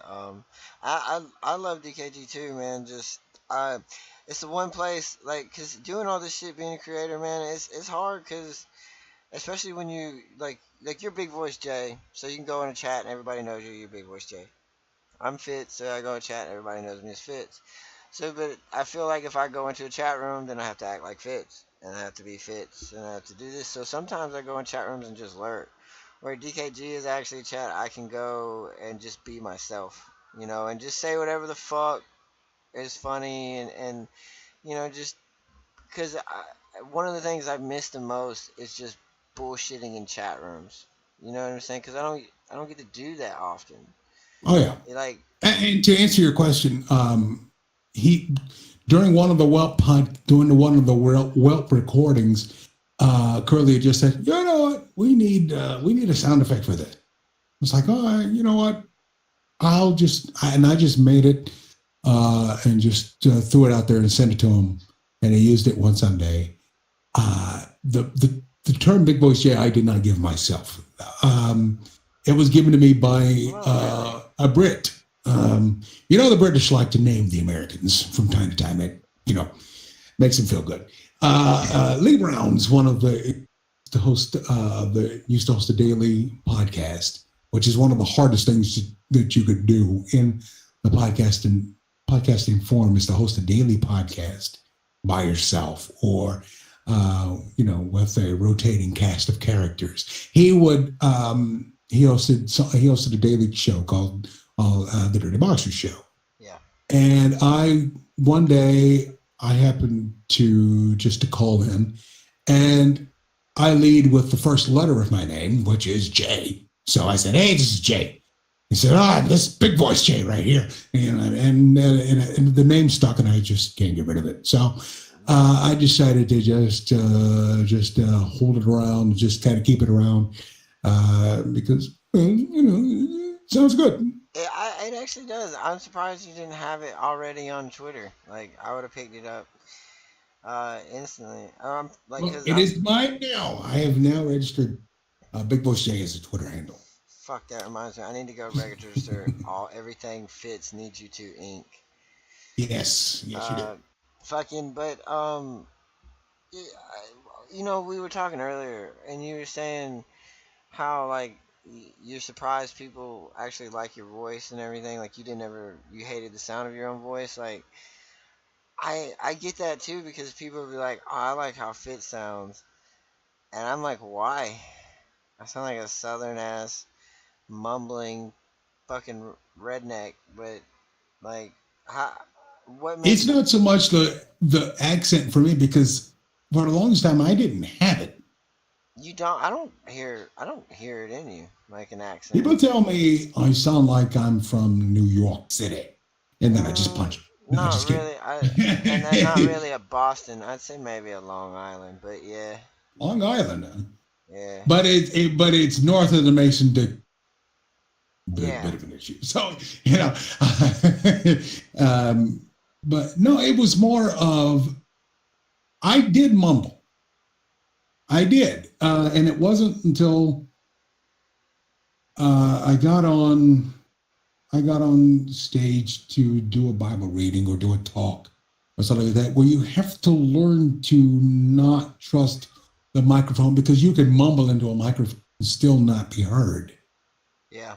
You have to learn to open that mouth, give that throat some space, and just start to talk and start to emote.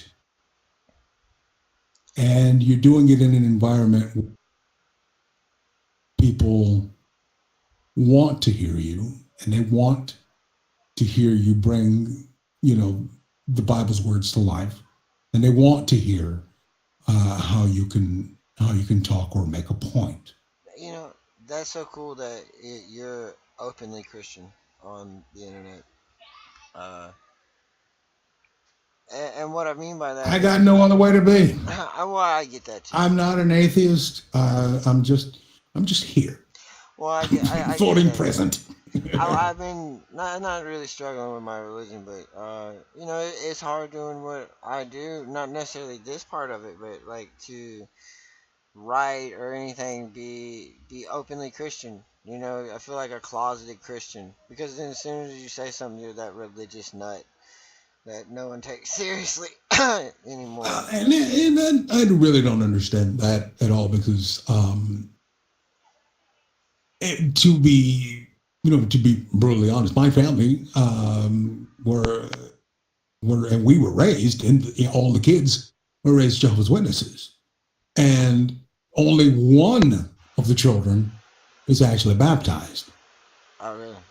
Yeah, and I'm not the one. So. Are you never baptized? No, I was never baptized. Even now, currently? Even now, currently, no. Well, you'll be tested more being baptized, I say, than not being baptized. But you should get baptized. I'm not gonna thump a Bible. I'm just saying. It's a thing. And one of the things that I don't know, it didn't bring me in and I never was able to bring anybody in. I was never uh, a good representative of it. I never brought anyone to baptism. I never had an ongoing Bible study with someone. Yeah.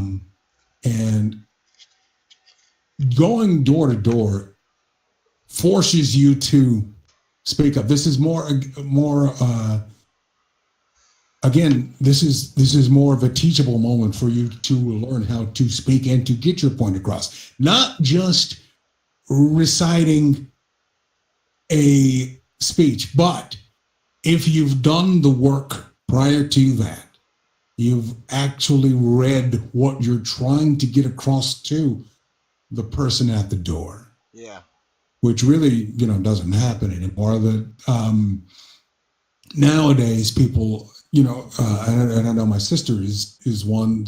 They'll go out and they'll still do the service, but they'll also do stand-ups.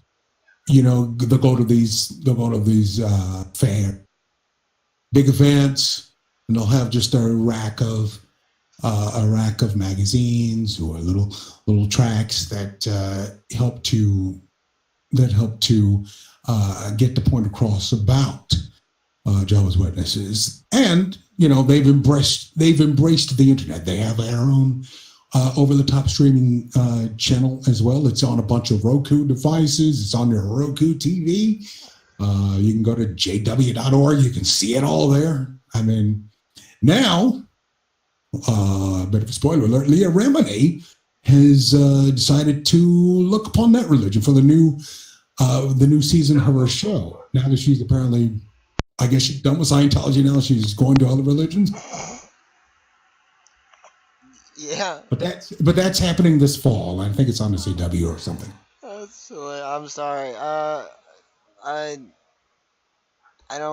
don't know. When I was never baptized, and because my mother was Holiness and my father was Catholic, but I chose Catholicism because I like our traditions. Our burials are beautiful, and that's I find a peace at the thing. But I'm also a bad Catholic, which means I only go to church like on Christmas and Easter, and a CEO, Christmas yeah, and Easter only. yeah, exactly. I'm who they bring out the extra chairs for. But Of course.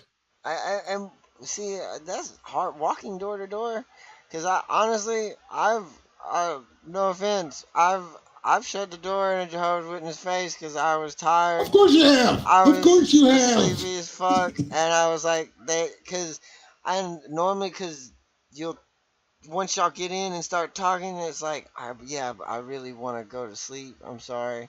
And so I was just like, Yeah. I did just like slam the door. I was just like, yeah, that's great. I'm Catholic, and shut the door and went to sleep. Yeah. I was like, It God is is what it good, is. But I do like, my grandma even being, I had two or more gathered in my name. I'm there. So, Mm-hmm. Yeah, of course. that sucks though, man. No birthdays. I didn't really miss it because, hey, look, we had a big family. There was always something going on. Well, how do you, being on the internet, how does that like affect? Because I know for a fact like your birthday will get listed on Twitter or Facebook. How does that affect when people wish you happy birthday? What do you tell them? Like thank you or what? If it is during that scheduled quarter when I'm on the internet or when I'm on social media, I say thank you and I move about my day. What if they bought you a present? I'm not gonna buy you a present. I'm just saying, how people are like they'll donate. There was an answer that you could give, and it's like, well, I hope you don't expect me to reciprocate because it's not what I do. But if you give a present, I'll take a present. It does not bother me. It's not what gets you.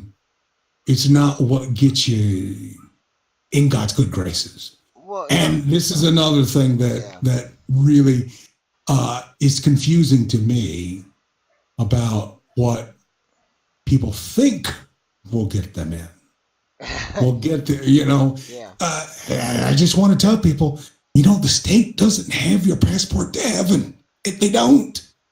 But they bring their whatever they believe into whatever their job is. And I've always been of the belief that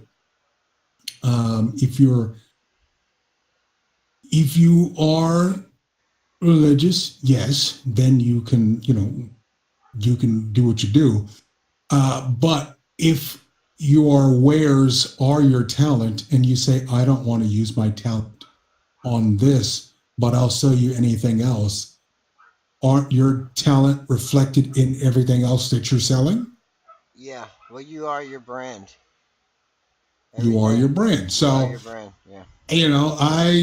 I like to stay on the clean side of things, which is a direct contradiction to pretty much anything and everything on. And so, like I said, it you have to be. I'm aware of the raucousness and the craziness that is out there on the internet, but I also realize I can choose to go there or I can not choose to go there. I can choose to do literally anything else.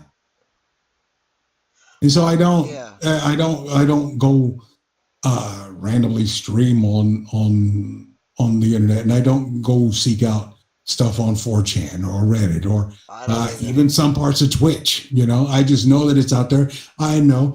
All right, I don't need to see that. That's a time suck for me. I don't need to be in that area. Yeah.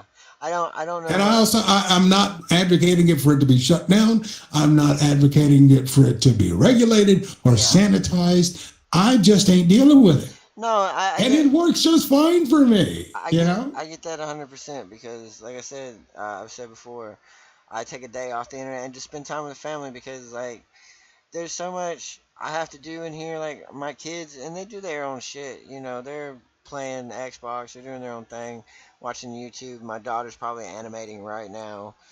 Well, Some, apparently you've actually found some time to do something off the internet. You want pregnant. You know what I mean? well, yeah, well, see, that's what I do is like, well, a lot of my shit, like, I have to cover, like, any given day, I can watch from live, I'd say maybe 20 different creators, uh, to VODs and YouTube videos, I'd say another 40 different creators. And that's my fucking day, and trying to find out what the news is going on and how people are, what's going on, and trying to predict what's happening. Like, I predicted all this, how everything's going to be more of a community now. Like, it's all about community building, and it's all about being more open with your audience and all that. I predicted all that. I predicted Logan Paul fucking up again. Um, Did he? Oh boy. well, no, I mean he only had the two. Oh, okay. He had the suicide forest and the shooting a dead rat with a taser. So Oh boy. um, this whole fight is staged, but most fights are. Uh, I think the fight will be real, but all the hype is staged. Who was it that had the audience member get up on stage and start reciting one of his songs, and then once they got to a certain point, the audience turned on him? Oh, you're talking about Kendrick Lamar. Kendrick Lamar, yeah. I think it was "Be Humble" or no.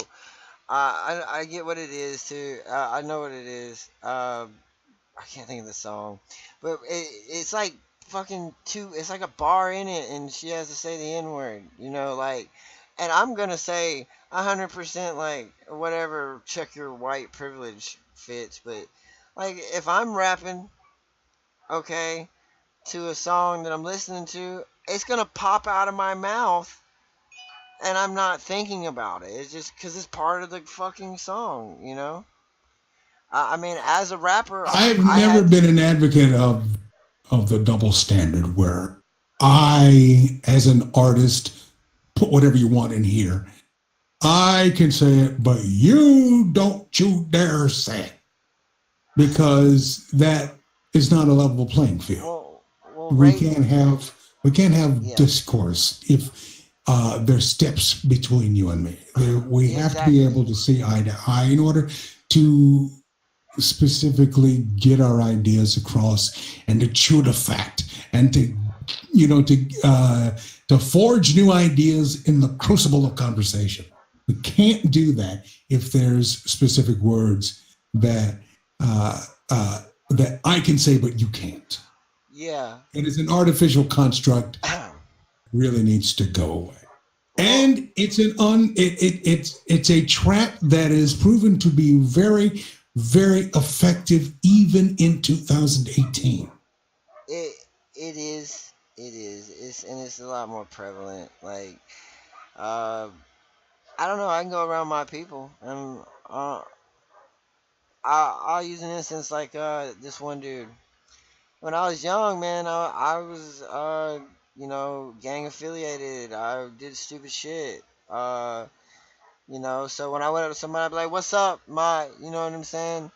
And the fact of the matter is, like, I had a friends. They were like, "You can't say that to this person." And I was like, "Why? I do it all the time. I go up to him. I just did it earlier."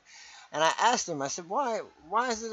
Why do you not let anybody else say it?" And then he goes, "Well, when it's you, I can tell you're just saying it like, 'What's up, man? How you doing? How's it going? What's up, brother? How are you?' When everybody else says it, they like stop and look around like, 'Should I have said that? Did I cross a line?' And then that's the problem. And like when we label people, that's the whole problem either way, And In uh, high school, I we were bused to a one of the more highfalutin high schools in the district, and who was also on that bus? A bunch of kids from the projects. They, the N word was flying all around the place, even in this, this high end school, well, high end public school. Let's be yeah, clear. It yeah. wasn't a private school or anything like that. So, it was a public school in one of the more richier parts of town.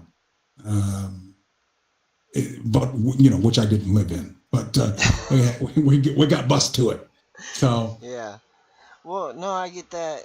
And I mean, where I grew up on my street, I was the only white kid. It was all old people, and the kids my age were black. So, like, when I grew up, like, they would even be like, Robbie ain't, oh, I just said my real fucking name. Fitz ain't white.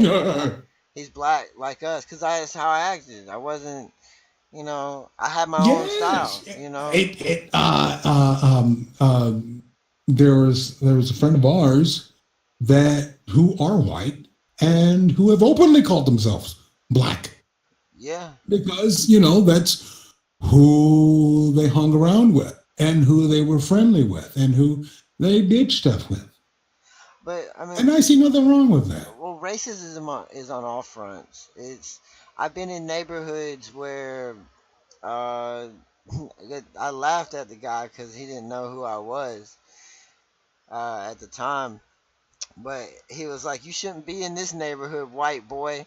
And I laughed and I was like, "Nah, I'm fine." Because right down the street was my boy that was a head crip, So I knew I was cool, But uh, it's on all fronts, and that's because we've been at a battle of races for a while, and we recognize the differences in each other, just and that's the problem in itself. I don't, we could talk racism and all that shit forever, because like To me, people get caught up in the dumb stuff, and uh, the media doesn't help by just putting one person on there and calling them a quote unquote race leader.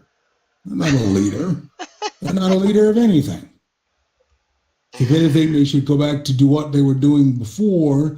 Maybe they'd be effective. And it seems to me, and this is just my opinion being thrown out on the internet, people will do with what they will, is we have to move away from the concept of a race leader because and I've been on this planet for 4 decades. I've never heard anyone that want a Hispanic leader, a Asian leader, a Jewish leader, a An Asian white leader. leader, but there's always one black leader or African American leader, depending on that. No, white leader. That's some white Okay, power. that might be a little bit. Well, that's all of Hollywood, so who knows? Oh, throw a shot. Um, no, Shots fired. but no, I get that, and I do fully agree with that. Because regardless of who they are, they don't speak for me. They don't. They don't speak for you and what you had to be, go through as a No, person. no, They they don't. don't. So, um, yeah. Well, I guess you got the best of both worlds. Like you can pretend to be white. You should just do that. Just go into a crowd of white people and start It talking to them. is funny you mentioned that. I was in summer camp years ago when I was just a kid. I was in summer camp. Someone had, we've had the s'mores, we've made fun of the fire, we've done all this and that, and we're getting down to bed. Guy next to me says, "You can pass for being white, can't you?" And I was like, "Well, probably if I shave my head, because if I let my hair grow, it becomes a majestic fro. Even at my age, it still commands attention. I look like I used Q-tip, but because it is blonde and it is out there, boy. I get it. It's just so I have to tame it. I have to keep it high and tight. Yeah. Because, and I'll tell you another story.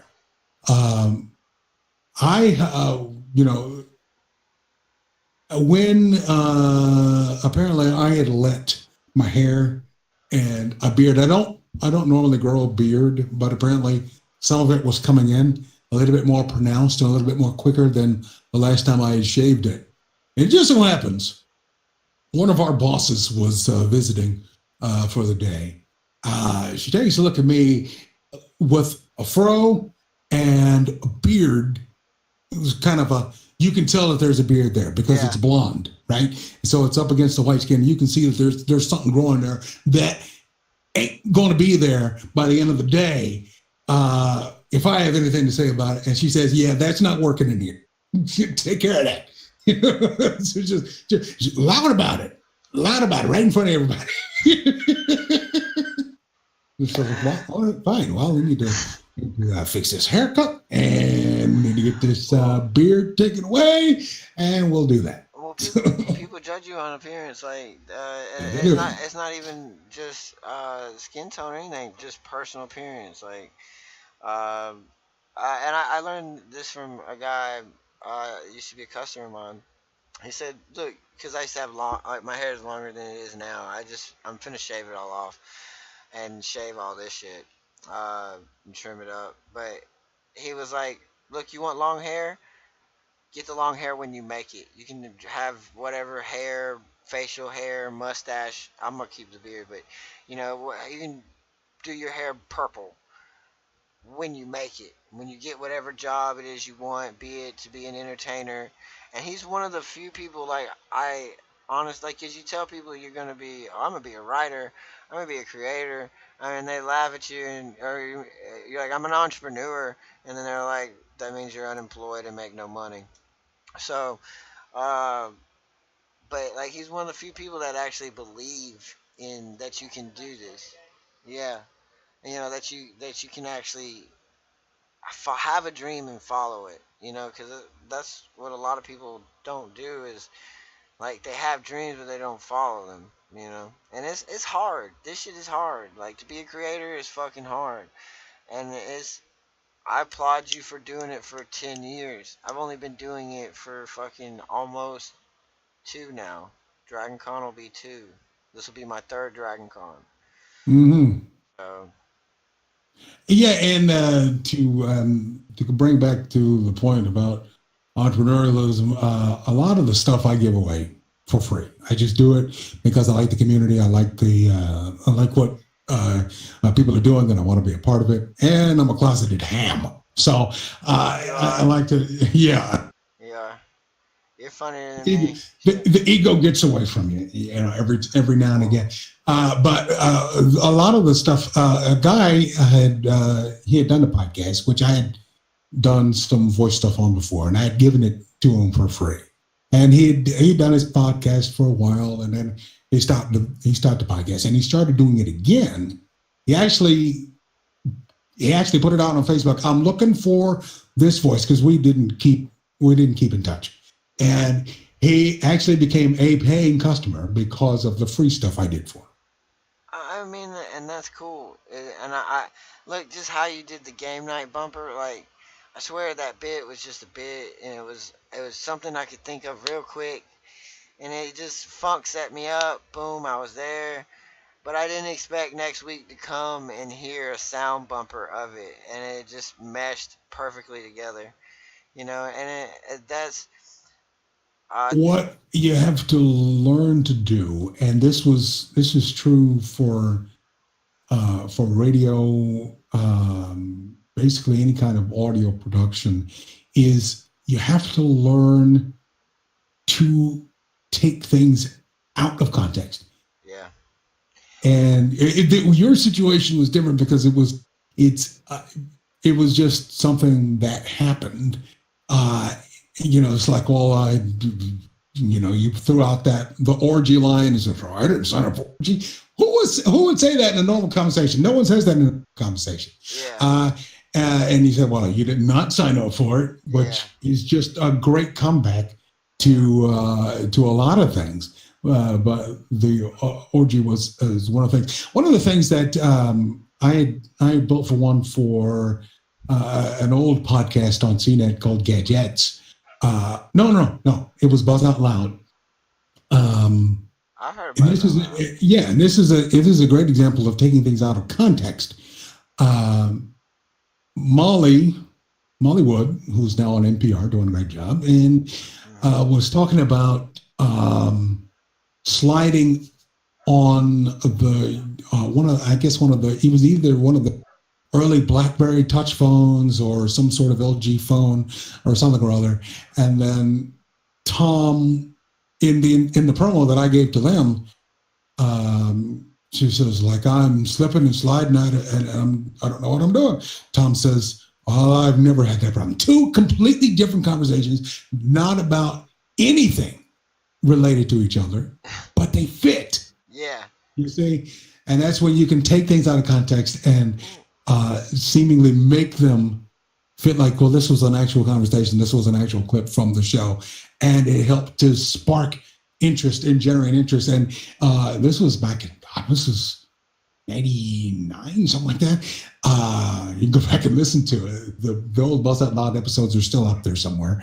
And they said verbatim, after hearing that, I want to listen to the show. So, yeah. I figured this might be something. And it's a great bumper that you made. It really is.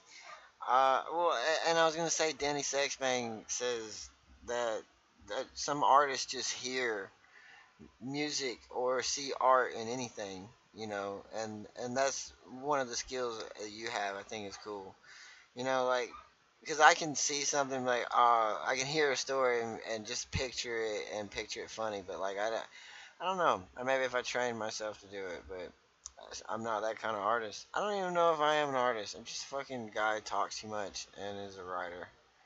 When I was in high school, I used to have a tape recorder, and this is back before computers became what they are now. I would have a little tape recorder, and I would record something off of television or something off a videotape. And again, just little clips of something that then, and I don't have that tape anymore, but it was just funny clips, funny to me, maybe not funny to anyone else, but if played in the right situation, kills the room. Yeah. Well, Nowadays, and I love that radio stations still do this. They will still use TV and movie sound clips of something talking about something completely different, and tailor it to whatever they're selling at that time. Well, be it the morning show, the drive time show, the overnight show, what have you. And you can use this stuff to your advantage. It's not. It's it's still being used. It's not as much as it is not overused, but it's still nice to hear when you hear it. Yeah, yeah, nostalgic ish. Well, I do want to ask one question though, like, All right. and it's an albino question. Um, just imagine we're in middle school. Um, no, but I'm just, is that a problem for you as a creator? Have you had to deal with a lot of like hate from being from Um, it? You know? a lot of the work I do is audio, so you never see me. Yeah. Do you So like it better that? people fall in love with what they hear. Yeah. And I, I've been a lover of radio ever since I heard the AM stations that were, playing the soul hits because that's what my parents listened to. and how could you not love that big voice Jay voice? You know what I'm saying? So Well, yeah, and so I give them I the visual bits are a bit of a distraction. I want you to listen to me. You don't need to see me as much. well, you Um, can command a room. You can lead a show. I've seen you do that. Like when we got hit with a raid, when Mike TV hit us with that raid of like 50 uh-huh. people, everybody shut up. And I'm trying to grasp for anybody to have a conversation with. Max did, and then finally you came in, and it's just like it's an experience, you know. Like, but you can command the show because your voice is commanding. Like, you could say that the fucking sky was purple, or you could do like a hoax radio stream, and people would think it was a legit fucking like radio stream of you saying we should do that. It was the end of the world or something. Just because your voice is one of those silky smooth fucking radio voices, you know. And contrary to what folks might believe, what you have to do to get a voice. I'm not a drinker and I'm not a smoker, Oh, I am. so so it kind of shoots that Hey, theory down. But I am looking for something to do for this next week. We got the movie party coming up, yeah. so I'll be doing the pre-show again for that. So maybe I will do a little hoax or something. But Well, we've been doing this for almost 2 hours. Anything you want to leave the people with? You should do your plugs, final thoughts. Got a rant? you can either follow me on Fun Zone Radio on Voice Chat. Now that I have both of them, I just got to figure out how to get both of them on my phone. Uh, I'm not a huge social media guy. I'm just there because everyone else says you need to be there. So fine, I'm here. Uh, I don't go crazy with political rants. I don't do. I could write a lot of the list of things I don't do, and I'll tell you what I will do, and that's be low key. That's not bother you. You're just gonna, hey, hope you have a great day, or stressed is dessert spelled backwards. That's always a good Stress one. is dessert spelled backwards. That is a good one. Um, I'm not gonna plug on my own fucking show. Fuck that. But if you want to support, or if you want to just reach out, I'm FitShiv29 on everything. There is no S in Shiv, to steal that from Shwood. And this has been great. Thank you for coming out and doing the show, Jay, and and just being here to bullshit, man. That's all this show is. Supposed to be. It's just two creators bullshitting. And thank you for being here and your experience of 10 years in the field and still doing it. I mean, it's amazing, man. You know. That's cool. 10 years and still no awards. Well, it's not about the awards, man. It's not about Yeah, the yeah, no, numbers. no. It's once you get the awards, when you've jumped the shark and it's time to hang it up. I think me. I think it's more about the people you affect and how you uh, can change them. You know, not like change them, but like help them. Because people see shit in me all the time that I'm like, really? Because I didn't see it. You know, like they are all whatever. You know. It was like that with the voice because I got asked. This is back in high school. I got asked to do the morning announcements. Used to be, you get on the PA system Yeah. and you'd make the announcements in the morning. Well, no. It was the afternoon announcements. And I was like, well, why on earth would anyone want me to do that?